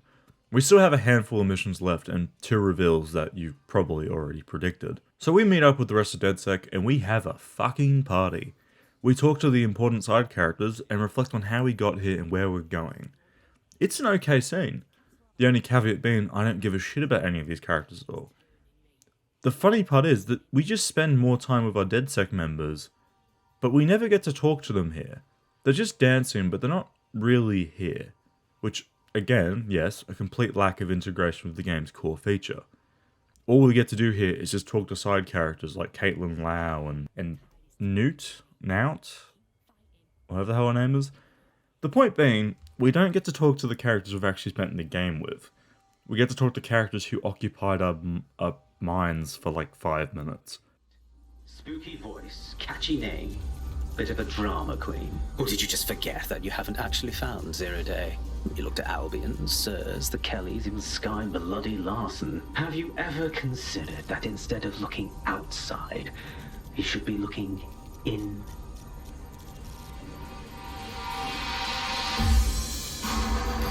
We have a problem. Come talk to me. None of this really matters though, because the party suddenly stopped when ZeroDay hacks in and steals all of our data. And to cut a long story short, we literally hack a random van and then we find ZeroDay's hideout. We then do the game's only real unique puzzle, which is just a remember the order puzzle. And then we go into the depths of ZeroDay's bunker, and Bagley tells us to get ready for anything. But I literally just walk straight for the traps and I'm fine. We find a video of Sabine and Cass's final meeting. Cass double-crosses Sabine, and Sabine hacks her way to safety by using her new Philip Hue lights. It's a special move the Dedsec can't afford to teach you. Sabine? Wait. No, wait a tick. Sabine killed Dalton. She sold out Dedsec.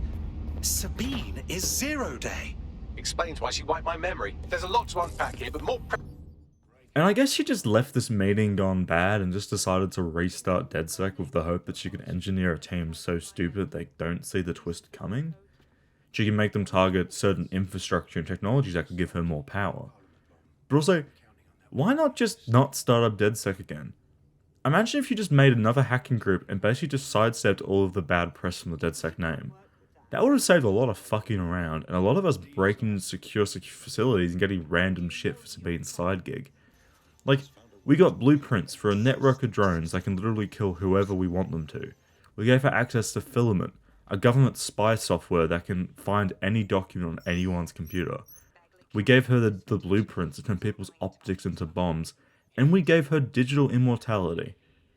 And none of this makes sense because it's revealed that Sabine is actually an anarchist primitive. She wants control of the system to destroy it, taking us back to a day before technology. Which... I don't think I need to mention just how dumb this is. For starters, the ideology makes no sense. But Sabine's motive for wanting all this technology makes no sense, because why would you want digital immortality if you don't actually want it?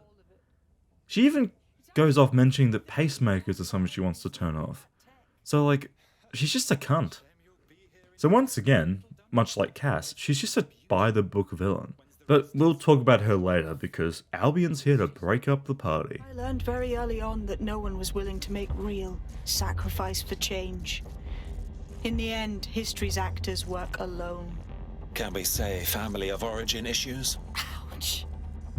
I had hoped you might at least understand why I did it. Why we recruits. I am sorry. But once again, Dedsec has outlived its usefulness. Spread out! Millions will suffer today. It's an honor to die among them. We escape her bunker in a linear corridor shooter where I think the game actually clicked for me. I was actually enjoying this segment. I think it's to do with the fact that, for once, this area was actually designed around a common set of skills. If you had an operator that could shoot, take cover, and use traps, you could do it, and you could do it well. And basically everyone but the elderly in this game can do that. So it works pretty alright. The next, and would you believe it, final mission, actually uses multiple recruits in a somewhat okay way. We have to hit 2 sites at the same time to ensure the now compromised Bagley, because remember, another Bagley copy runs the city's infrastructure, while our copy of Bagley just runs Dedsec. So we need to shut off the power so neither of them can access their backups. But our Bagley, however, is still like talking all friendly to us, but like he's also hacking stuff against his will.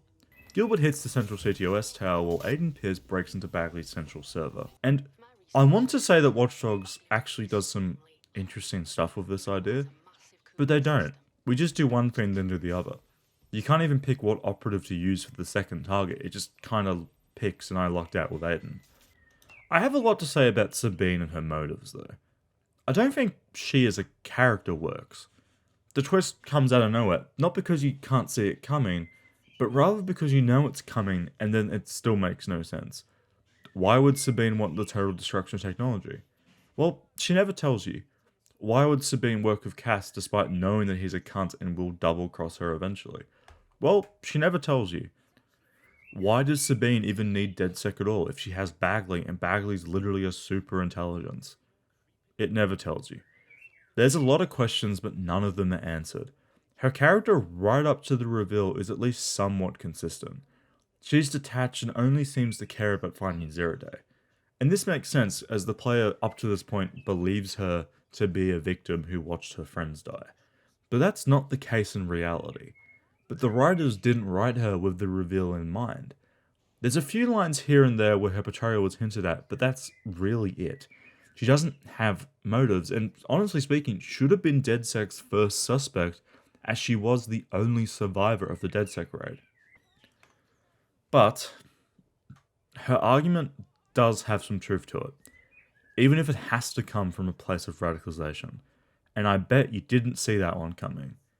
She's not wrong when she says that London is fucked.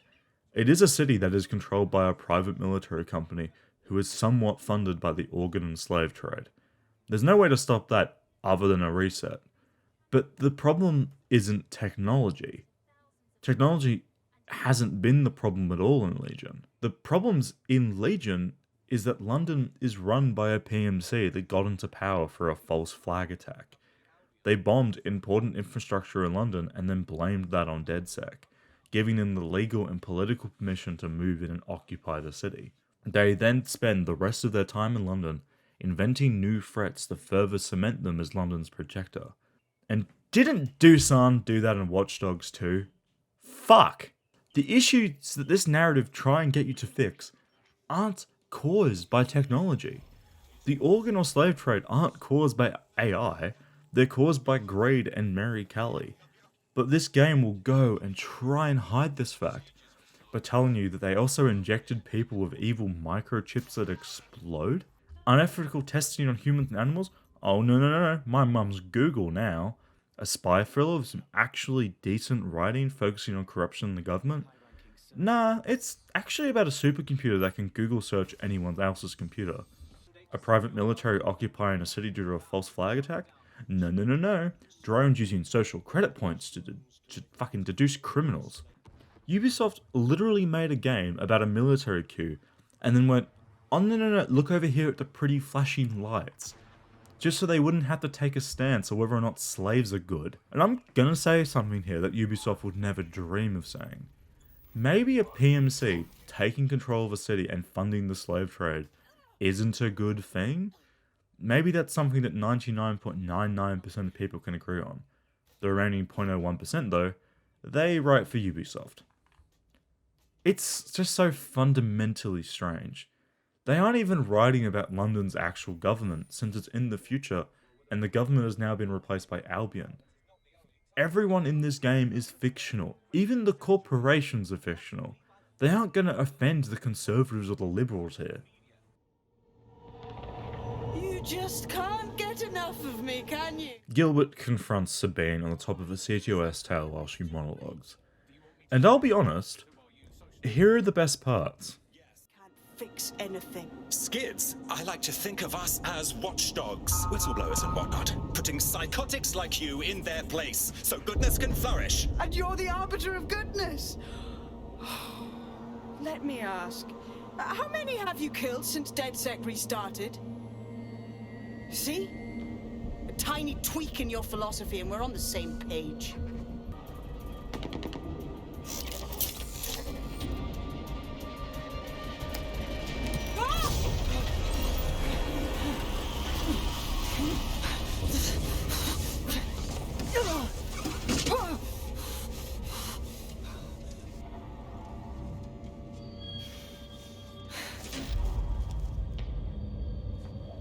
The best laid plans of mice and men often go awry, my dear.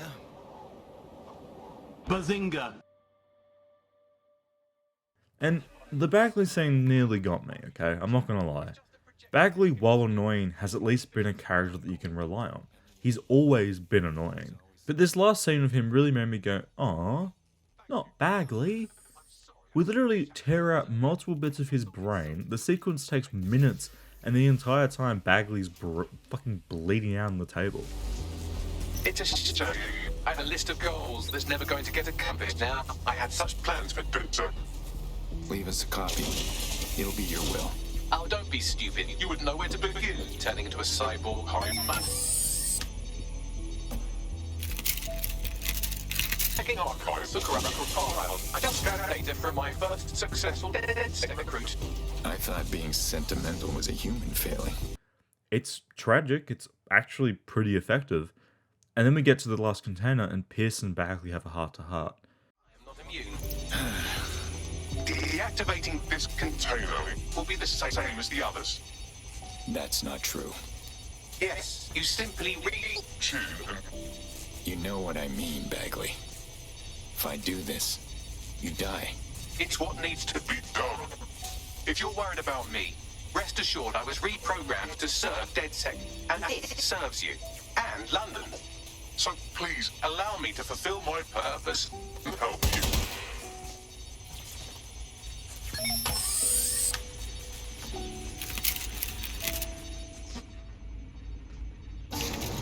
Logic error. All of these entering shutdown.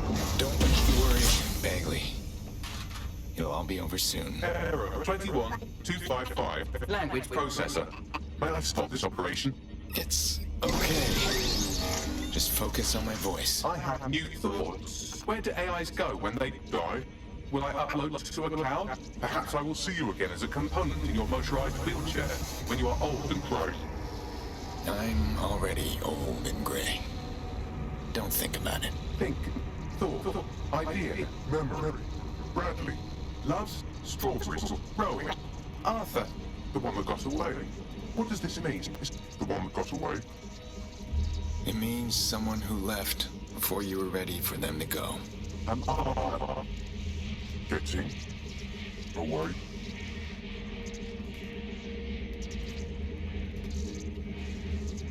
Nice knowing you, Banks.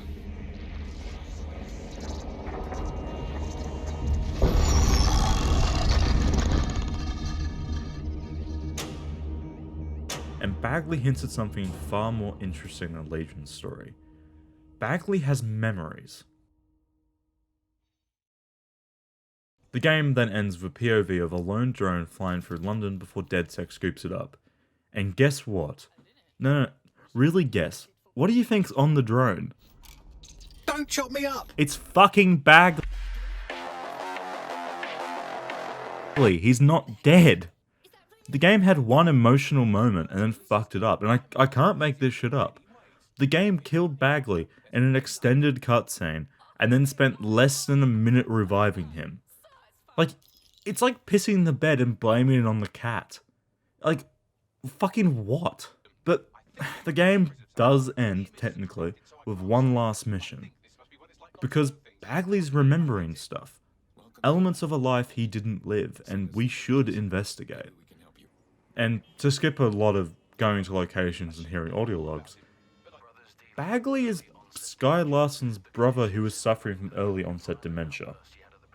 Bradley Larson. This is actually hinted at way back in Larson's chapter, but you would have missed it. I remember thinking it weird that there was a locked room in her house, but it makes sense when you realise that Bagley is Bradley Larson. That's his room. And as it turns out... So go on, wear it out. So, are we really going to make a go of this? I'm ready for the rest of my life, Arthur. And I want you to be a part of it. Arthur! I should remember more about Bradley had a husband, he had friends, and he was loved, but it all came tumbling down when he started having violent outbursts. She did this! Someone stop her! Don't hurt him. He's not usually like this. Get out of my head! But Sky had a solution. As far as we can tell, your brother's dealing with early onset dementia. The condition is in line with the kind of violent outburst he had at the British Library. Now we can keep him and monitor his progress. Thank you, Doctor. May I have a moment? Of course. You listen to me. I don't care what it takes. No brother of mine is going to waste away in some hospital.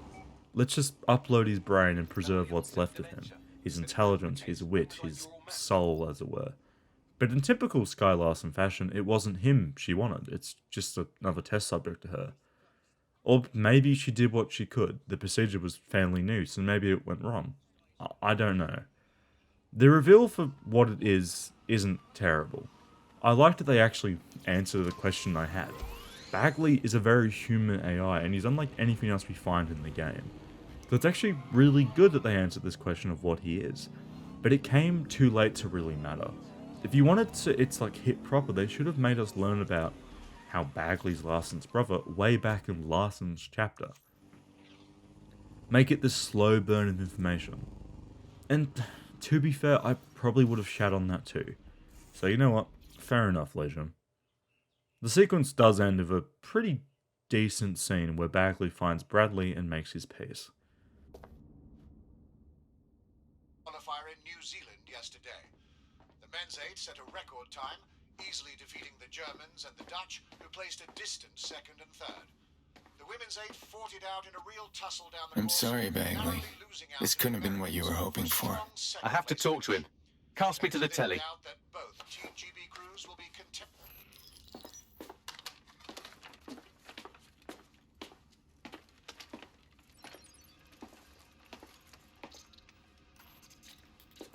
Listen, you don't know me, but I know you. I've done a lot of searching, and I do think I know you. You were a rower. You loved and were loved. You liked strawberries. You had a sister you trusted, and she hurt you. And I'm sorry. You deserve better. But nothing Sky did to you changes who you are. You lived a life that I never could. You're a good person, and I am someone else.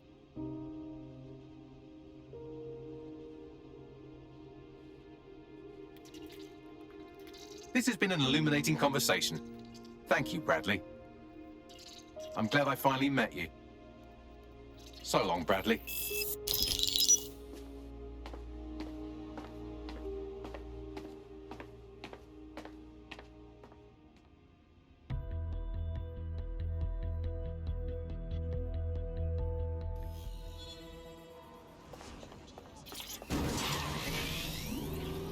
So, should we start calling you Bradley now? No, I'm Bagley. I'm sure of it now. Bradley and I just share a common ancestor. Anyway, I appreciate this. And if you ever tell anyone else I said that, I will coldly and methodically engineer all of your deaths. Anytime, Bagley.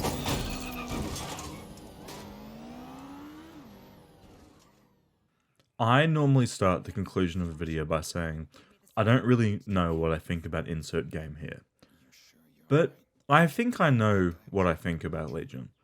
It's a bad game. It's a very poor attempt at revitalizing a series that has already had its best days behind it. Like, it is a bad look when the last game, well, I assume it's the last game in the series, doesn't improve at all from the previous two. I at least saw some improvement between 1 and 2. even if I still have a much bigger soft spot for the original despite its many, many flaws. I doubt anyone's going to say the same about Legion. It's just not a fun game. Its gunplay's weak, driving's weak, the hacking's been neutered from previous titles, and even stealth sucks. And most of all, its narrative is severely lacking in player choice. Something that is every year becoming more and more of a major point of contention in the AAA space. Should the player have a choice? Or should the story be planned out and possibly more effective because of that? Can a mixture of the two be found to be perfected? These are the questions that will radically change the future of gaming and narrative, and it's one that matters when it comes to games built upon the idea of playing as anyone, building a story with any random off of the street. So why wasn't it used more than 3 times within story missions, where they can actually control it and yet refuse to do so? I think the best possible thing this game could have done while still leveraging the play as anyone gimmick is to have a small suite of characters we bounce between. I thought that maybe at least the first few operas we were forced to pick between at the start of the game would maybe have unique personalities at the very least. But no, we just picked the husk we used to find other husks. And as much as I tried to make Gilbert a character, even going as far as including him in the final mission, he just isn't a character. He has the same voice as other operatives, for Christ's sake. I had to go out of my way to roleplay as Gilbert. And that was just so he felt like a character. Not even a well-written character, but just a character. And this is a particularly valid point considering that everyone in this game follows the same script. And yes, that means Aidan Pierce, it means Wrench, it means anyone. No one in this game is unique, and it's actually really fucking laughable. Every aspect of this game suffers because they wanted a marketable feature they couldn't even get to work smoothly within the conventions of the series the game belongs to.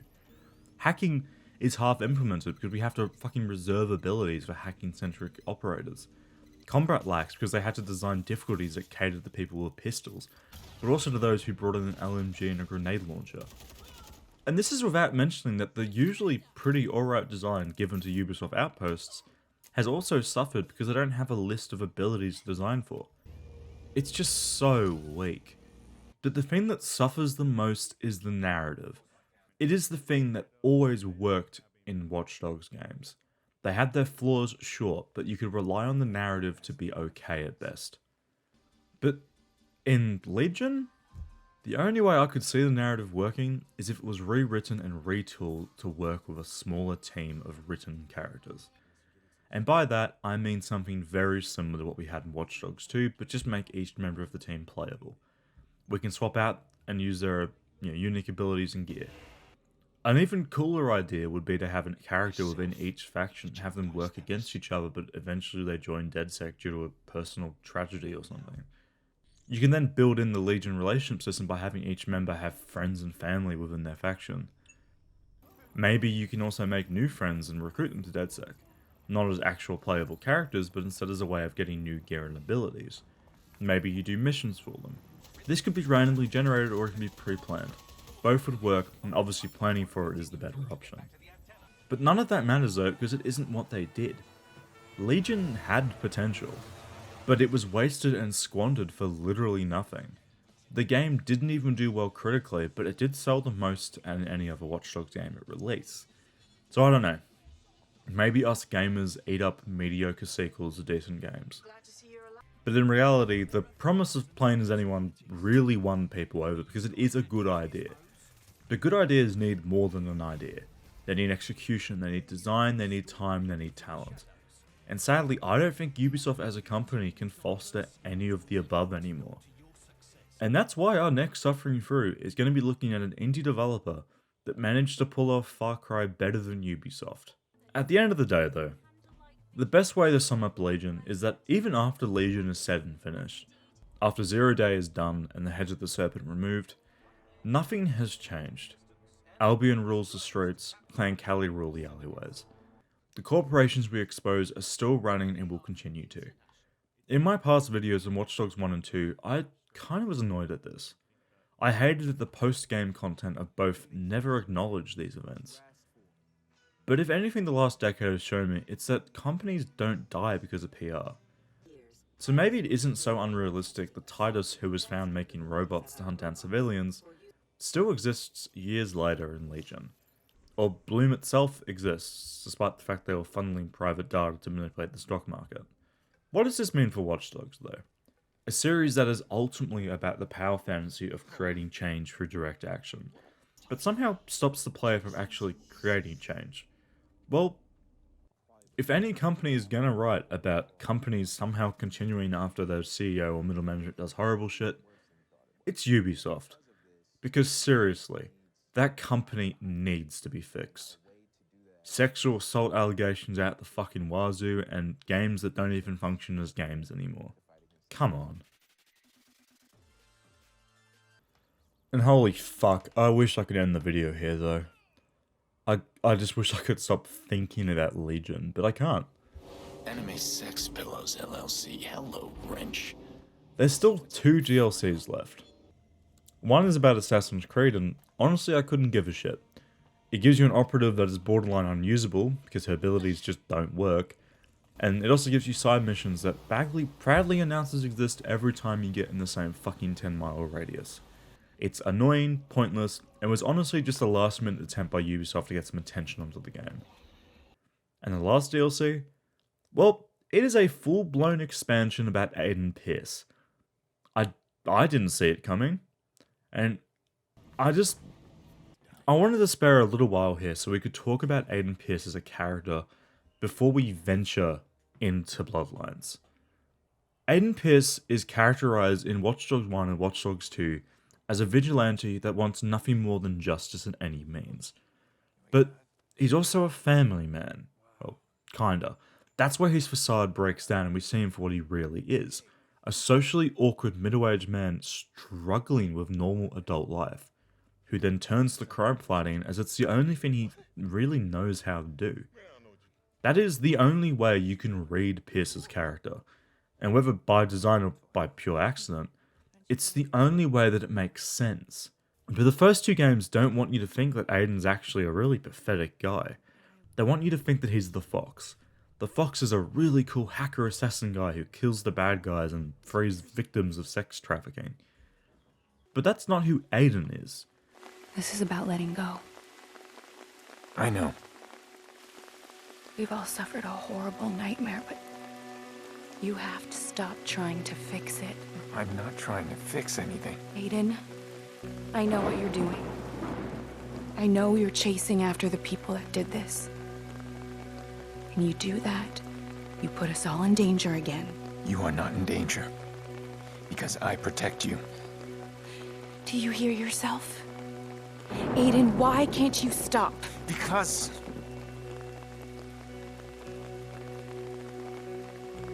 I need to know. The Fox is the mask he wears to hide from the world.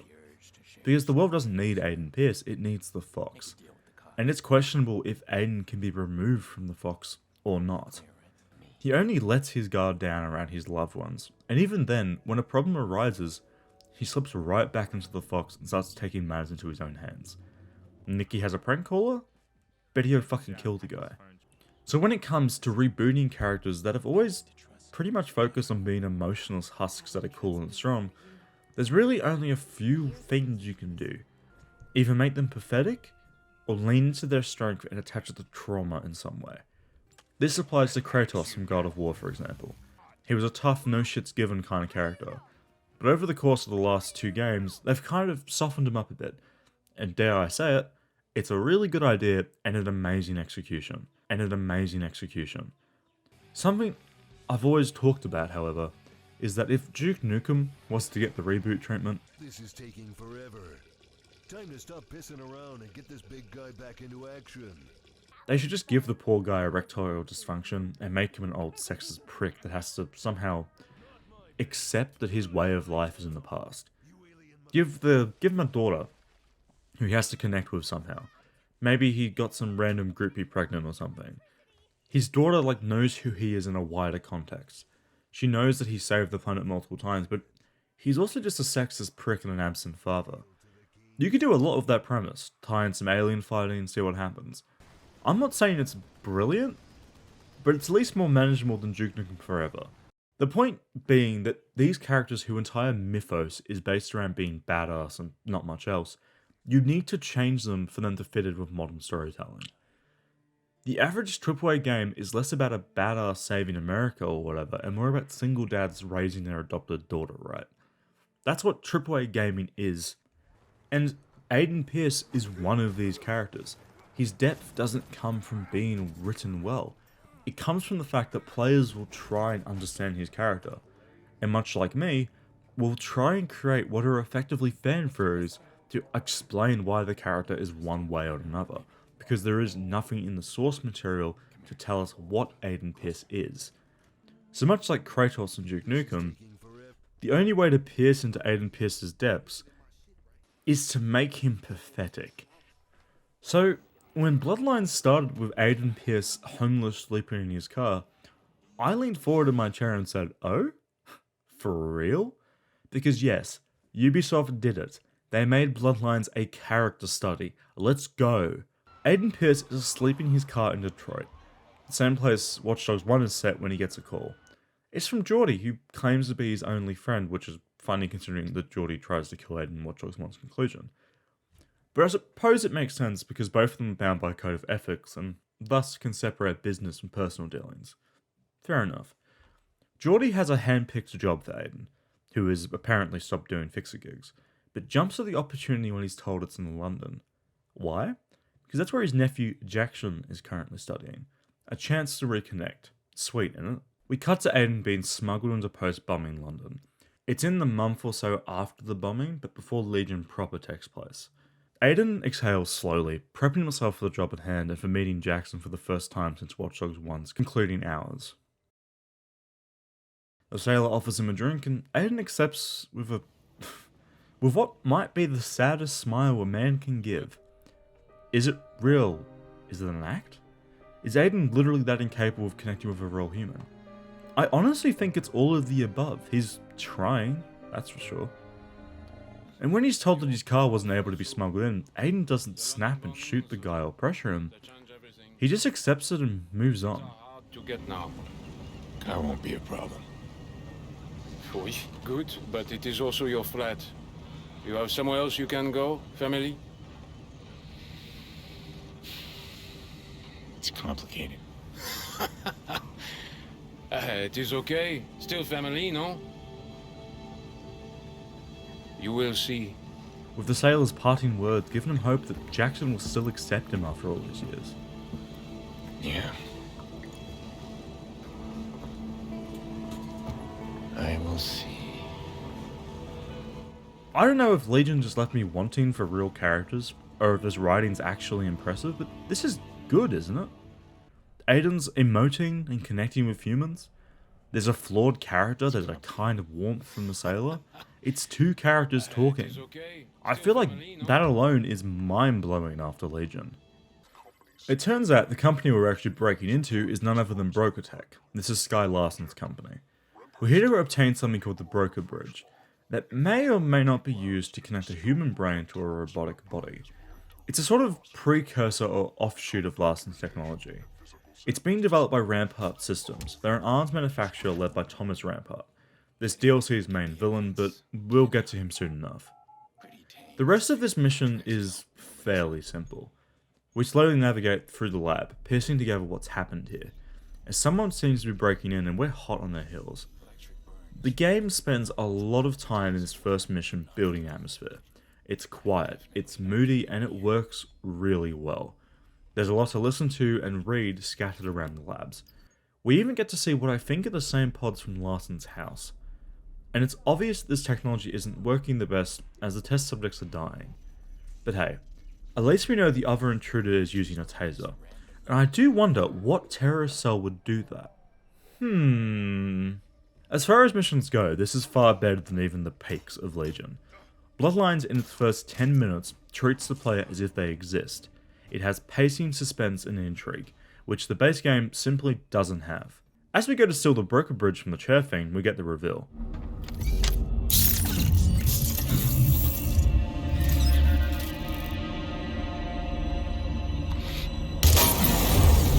It's fucking Wrench. He's our secondary lead, and depending on who you are, you're either giddy with joy or fucking annoyed. And I don't know where I sit just yet. He's likable, but he normally breaks the tone. So we'll see if this is really a drama about Aidan Pierce, or if it's just the fucking Watch Dogs greatest hits collection. Regardless though, a chase breaks out, then a fight.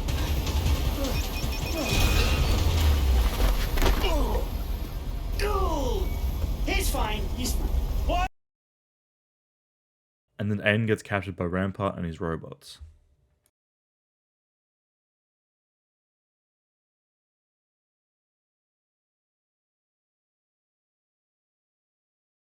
Rampart is an interesting villain. Not because he himself is actually interesting, but rather the play between him and Aidan is interesting. Rampart is perhaps the most normal villain in Watch Dogs. He's an annoying, petty, rich kid that thinks he can pay off anyone and get whatever he wants, solely because he has the money for it. He thinks he's smart, he has lofty ideas about the world and himself, but somehow, he's the only villain in all of Watch Dogs that I think actually works. The general conflict with this character is that he sold a lot of his Mark II robots, but the Mark II robots need the broker bridge as they don't actually rely on traditional AI, but rather on a human brain connected to or perhaps transferred to the robot. If he doesn't deliver, he could be placed in jail for fraud or maybe even killed. It's a more corporate angle than maybe I was expecting, but it definitely works. It keeps the stakes high but believable. Rampart is overly confident, thinking himself mere moments from victory at any point, regardless of the actual reality.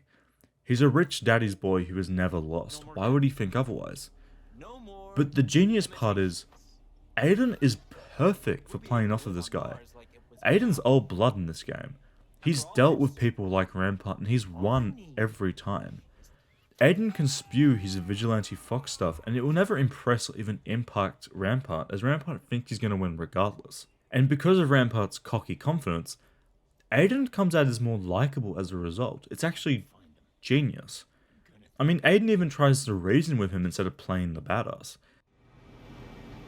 If you're still listening, wait. Look, I've been here before. I know how this goes. If I go after you, you go after Jax. And even if I win, then your people go after my people. And on, and on, and on, and on. And I don't have much of that left in me. Because we know what happens if Aidan is forced to take matters into his own hands. People die. Wrench hacks into the building and lets Aidan go. Aidan then hobbles his way to Jackson's house and breaks in through the window. It's important to note that Aidan and Jackson's relationship is defined by trauma. The last time Jackson saw Aidan, he just kind of said goodbye and left, sending them both out of the city they grew up in. And it's not hard to believe that maybe Jackson and his mum grew up to hate Aidan. The stuff your parents feed you often sticks far into your adult life.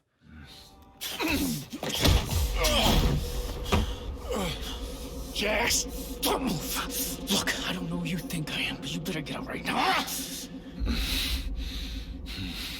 Holy shit. Uncle Aidan.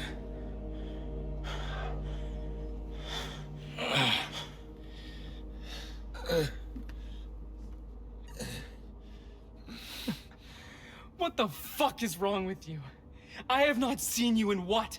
15 years? And then you want to break into my place? This isn't how I wanted to do it, Jax.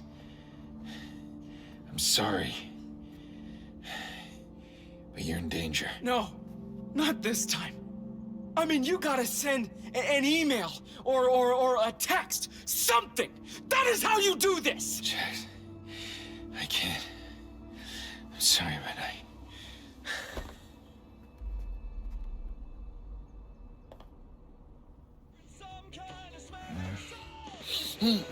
But there's kindness and care in Jackson's actions. He even gives Aidan a parting gift from his sister, a box full of... Oh, fuck off.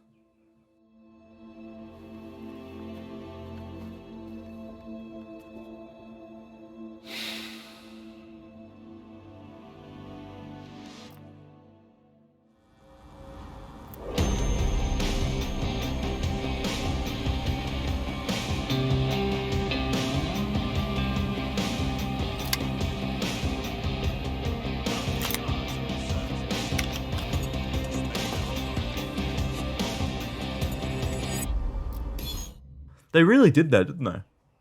Like, is that a joke, or are we just meant to feel... Are we meant to feel cool because he's rocking the sci-fi dictator jacket and hat combo? I don't think the game knows, because the majority of this DLC is about how Aidan maybe shouldn't kill people. A large aspect of Bloodlines is this budding relationship between Jackson and Aidan. It's really the core of this game. It's the reason why Aidan takes the job, and it's the reason why it works as well as it does. And as previously mentioned, the main conflict between Jackson and Aidan is that they just don't understand each other. Jackson doesn't understand why Aidan left, and Aidan doesn't understand why Jackson doesn't want his help. And it is a decent starting point. Aidan apparently took this job so that he can give the money to Jackson to set him up for the near future. But Jackson calls him out for this, basically saying that he only took the job so that he had an excuse to do tough guy shit. Are you serious, Aidan? I'm a PhD student at one of the best STEM schools in the world. Mom's doing great. We don't need the money. Which I don't think strictly incorrect. Aidan's response to that is literally tough guy shit. I don't always need a gun either. But when I do, I'm glad I have one. Listen to yourself. You took the job because you love getting into gunfights with assholes and talking like that. That's not true. Yeah? What are you doing right now? Getting distracted. I should go. Yeah. Me too. Jackson sees through this facade from the second conversation, which, while may be a little bit too fast, but at the same time, I know why they're having this chat. It's so Ubisoft can remind the player of what Aidan's character is. It's a tough guy with a soft, gooey interior, only we never got to see that interior exposed before. Because, as we've just seen, even around his only family, Aidan's just an edgy brick wall. A brick wall that Jackson is deeply interested in. So Jackson puts Aidan in contact with the Resistance Underground, as Aidan works out how best to track down Wrench and take the broken bridge back. While Aidan also takes on some side work with the Resistance, work that Jackson actually encourages him to do despite knowing what this help actually is. But at the same time, Jackson also has a deep hatred for his uncle's reputation for doing that kind of work, blowing up at Wrench in a mid-game mission about how it's wrong that people keep making him out to be a legend when he's just his uncle. Okay, I'm here. Dun dun dun! The vigilante known as the Fox surveyed the clearing with his steely eyes, looking at all the bad guys he was gonna... Are you trying to roleplay as Aidan? Dude. Just trying to think what would Aidan do. He could steamroll through this whole gang, no sweat. Yeah, because that's so cool. Is sarcasm any way to speak about your elders? You and everyone put Aidan on a pedestal. He's either the coolest vigilante or he's the worst villain. It's weird. Because he's also my uncle that, frankly, kept putting me in danger and then just stopped showing up. Oh. Jackson will go in between these two and never really land on either. Well, to be fair, Jackson and Aidan actually do work together in multiple missions, so maybe that isn't fair to say. But strictly speaking, Jackson is not okay with Aidan's murder sprees, which is fair enough. He got his sister killed. The game does, for the most part, handle Jackson and Aidan really well, especially well for a Ubisoft title actually.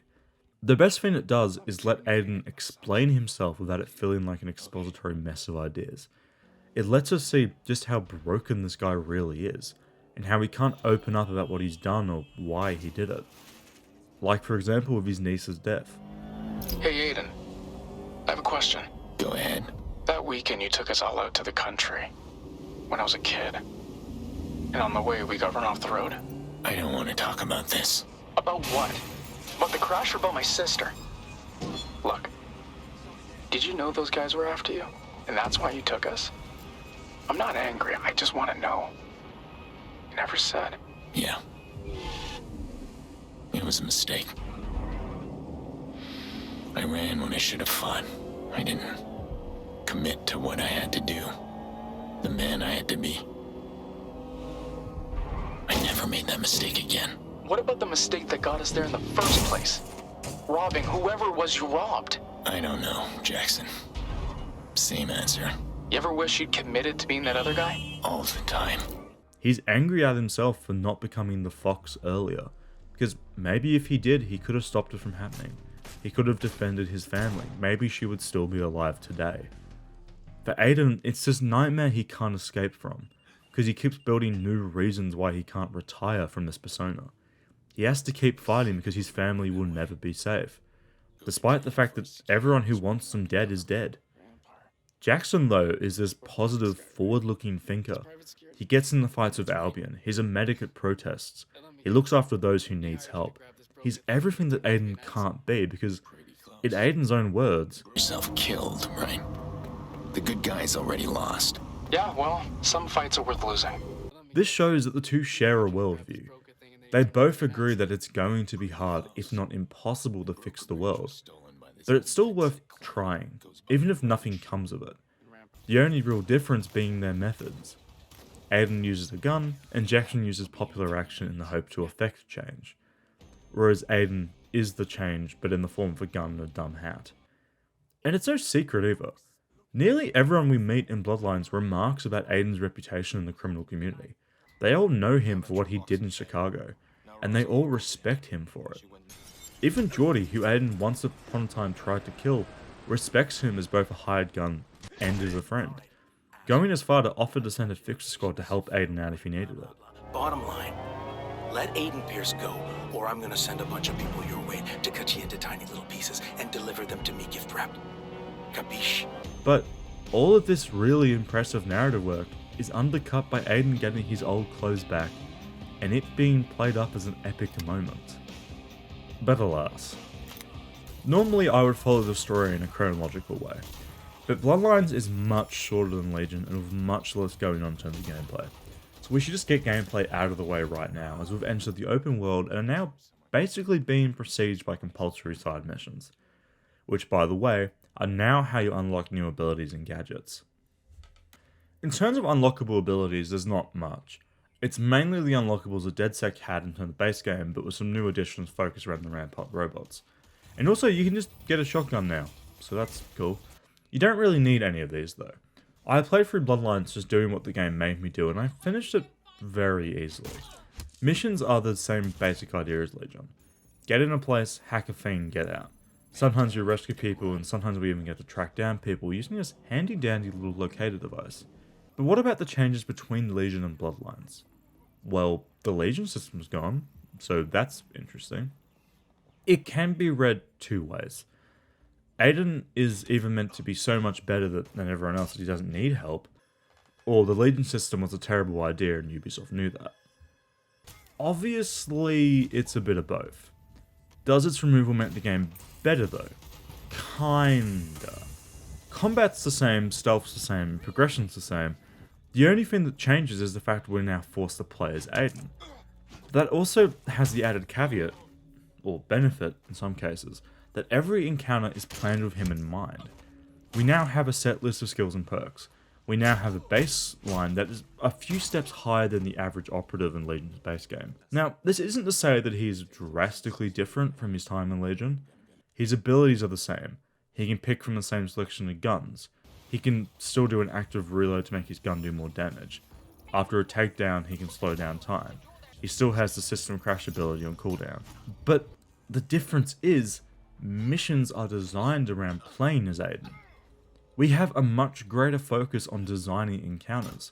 Plus, for some reason, Aidan doesn't have silenced weapons this time around. So we spend far more time in combat or in close range stealth. There's a lot more punching and takedowns than base game Legion ever had. This has added bonuses or negatives depending on who you are of upping the tension in both combat and stealth, which just makes the game more enjoyable.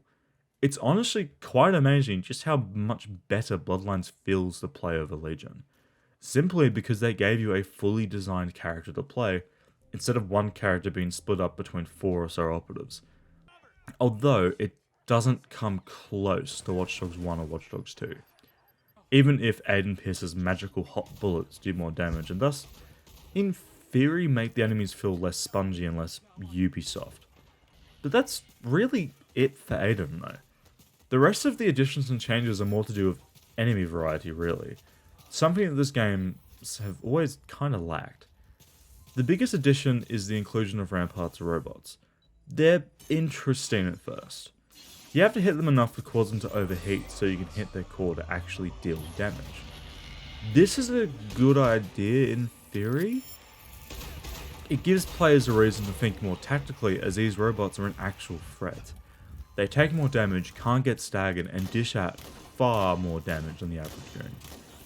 But they are also immediately made less dangerous, as the game just gives you hacks to use against them. They turn into the same level of threat as the other drones in the game. Not to mention that if you just unload on them, you can cause them to overheat pretty quickly as well. And it is important to note that the game does try to do some things with weapon variety. Non-lethal Dedsec guns do more overheat damage to the robots, but I personally don't think the difference is enough to elicit the use of them over a light machine gun or a shotgun. So overall, Bloodlines gameplay has been streamlined to create a more simple experience, and I think that works to its betterment. I definitely enjoyed Bloodlines more than Legion, but that isn't necessarily a high bar to beat, and to be fair, I don't think that rests solely on its gameplay. I think a lot of that is because of its story and characters, which, you know, exists this time around.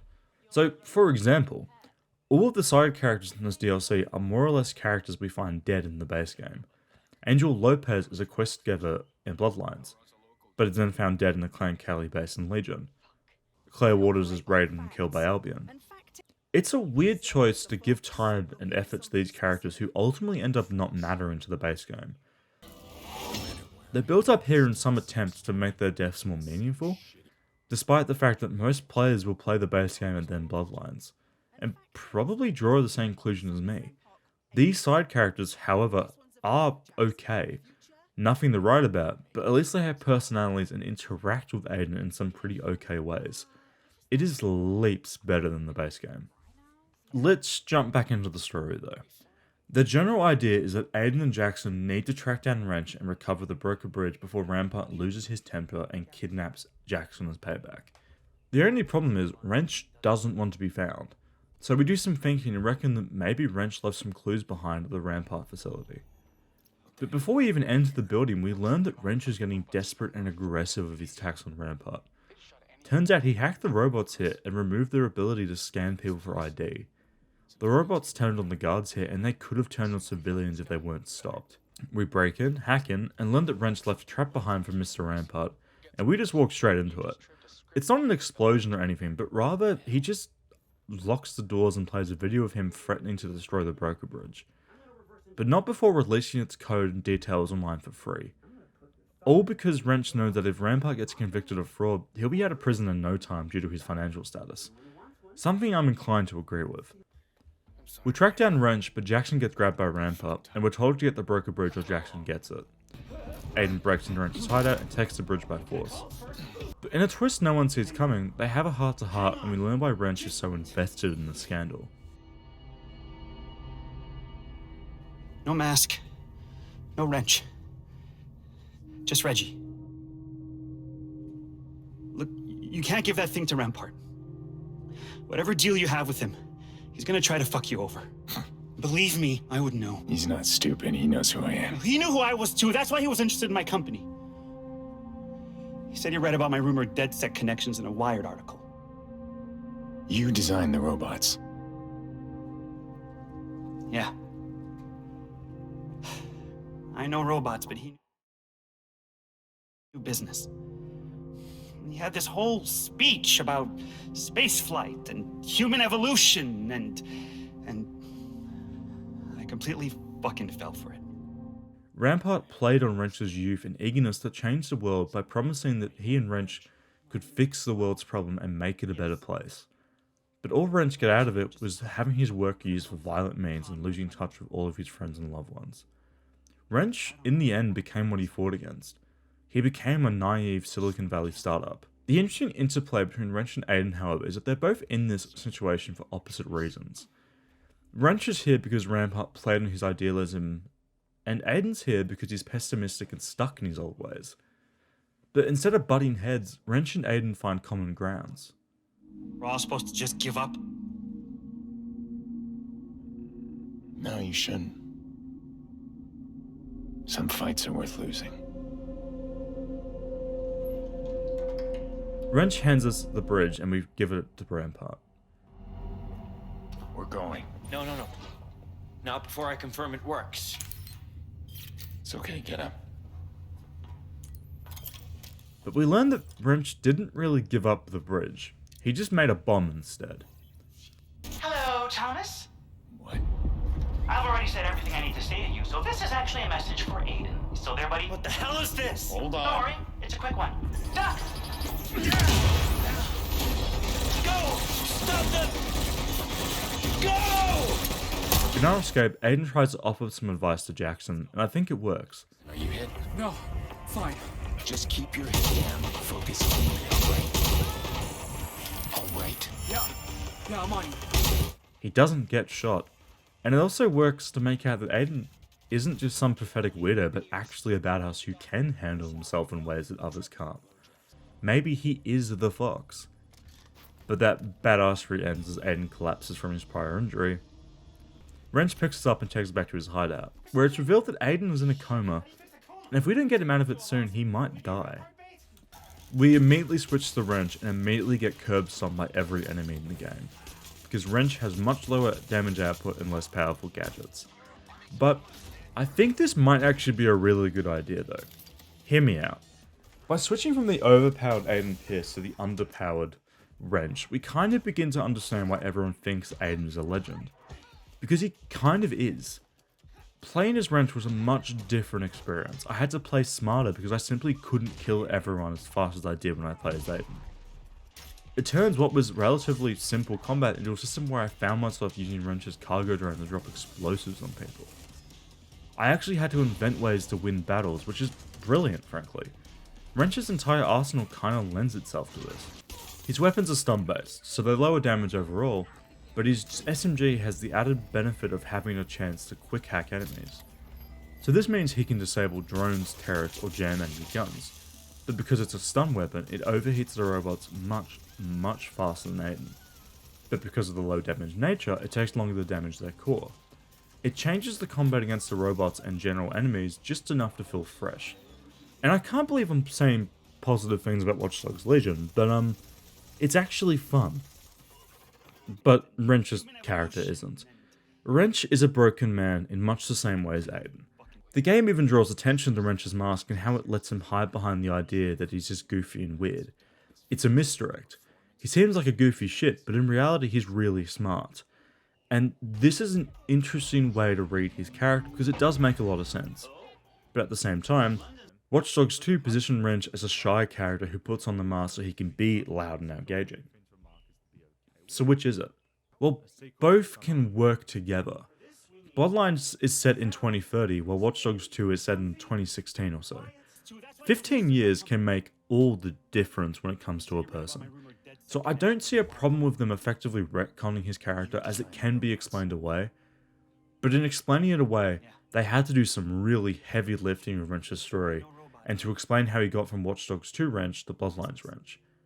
Well, for starters, he left San Francisco and Dedsec behind. He left Marcus, Satara, and Josh behind.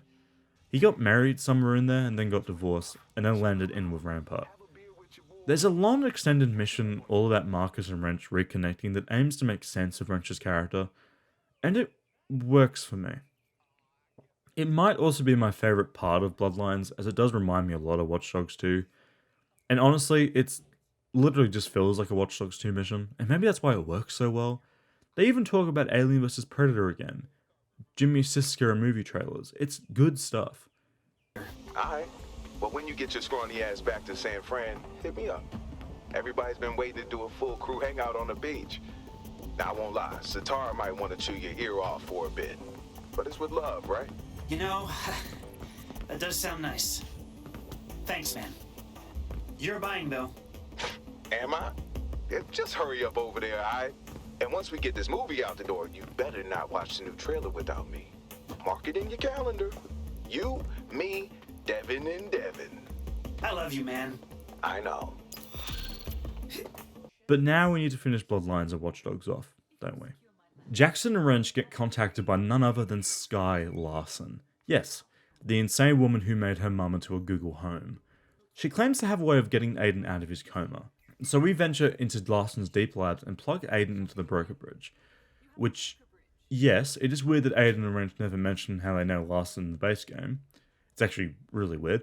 But I'm not going to dwell on it because honestly, I don't care anymore. Larson claims that we can enter Aidan's mind and see if we can drag him back to consciousness. The only catch is, someone needs to go in there and find him. Jackson volunteers much to Wrench's protest due to the validity of Larson's claims. You run out of your labs? You just want us here to be your fucking guinea pigs. Semantics. Jackson, this is insane. Okay? There is no guarantee this is going to wake up Aidan.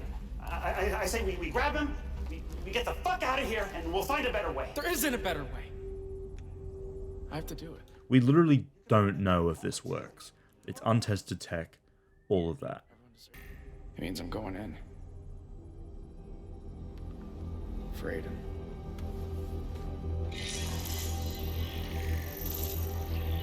Once inside Aidan's head though, Jackson enters into his childhood home and finds Aidan in the backyard. It's the exact same house in Watch Dogs 1 and seemingly is set just after we go visit Jackson's birthday party. Aidan refuses to leave as he needs help to bury something.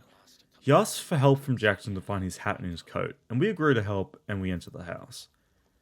But this time it's a little fucked. We hear childish giggles and well, it's Lena, Jackson's sister. Lena? There's no way. And now we know why Aidan's so fucked up, don't we? He can't forget what happened. He can't move on like Jackson and Nicole did, just because he just can't help but blame himself for getting her killed. It's actually really sad and really deep, isn't it? Aidan's mind is so deep, in fact, the game hits us with the PT hallway. No, but it's literally the PT hallway. Oh my... I'm not kidding. Look. It's literally the PT hallway. This is really bad. See, why did they take what could have been like an actually really good moment and just went, let's just... Can Ubisoft not do anything that's even vaguely original? No shit, the exact same hallway. And how am I meant to react other than losing my shit, giggling like an idiot, because Ubisoft actually had a poignant moment, and then went, how about we just copy the PT hallway? Undermining literally all of the work that they have done to make Aidan Pierce a character. I don't have words for how just terrible this is. I can't believe they did that. I literally don't know why they did that, other than because they couldn't think of a fucking set piece. They just went, fuck it. PT's popular with the kids right now. Fuck you, Ubisoft. The culmination of your franchise's most iconic character is PT's hallway. If the core message between Watch Dogs is to copy more successful and, dare I say it, well-designed and well-written games, then fucking whatever. I'm gonna let you in on a fucking secret, dear viewer. The only reason why I decided to do videos on Watch Dogs is because I heard that Bloodlines explored Aidan Pierce's character in an interesting way. And if by interesting they meant PT, I guess it checks out. But then again, this is the only human touch I've seen put on Legion. This wasn't done by market research. This was a level designer and their team making a reference. And that isn't necessarily a horrible thing. It's very obvious that this entire section is from a place of love and passion. It is passionate people making a level that they like. For reference, this has a lever puzzle, basic platforming, and that's cool. It just doesn't fit, but then again not much would have, so fair enough. The bad part is though, whatever Bloodlines does next is going to be undercut by the fact I had to walk through the PT hallway to get there, for better and for much worse. So, I walk into the tunnel where Lena Pierce was assassinated, and for whatever reason, see Ubisoft's iconic hat placed on one of the many toys that Lena had, because yes, they couldn't find a way to make Lena a character, so they just went, what do we know about her? Well, she had that toy. Yeah, that'll work. Lazy fucks. Anyway, we get the cap, and then get the coat from Aidan, who was stuck murdering the same guy over and over and over again, until we break the cycle by taking the guy's place. And it's not this guy dead. I need your coat. Help me?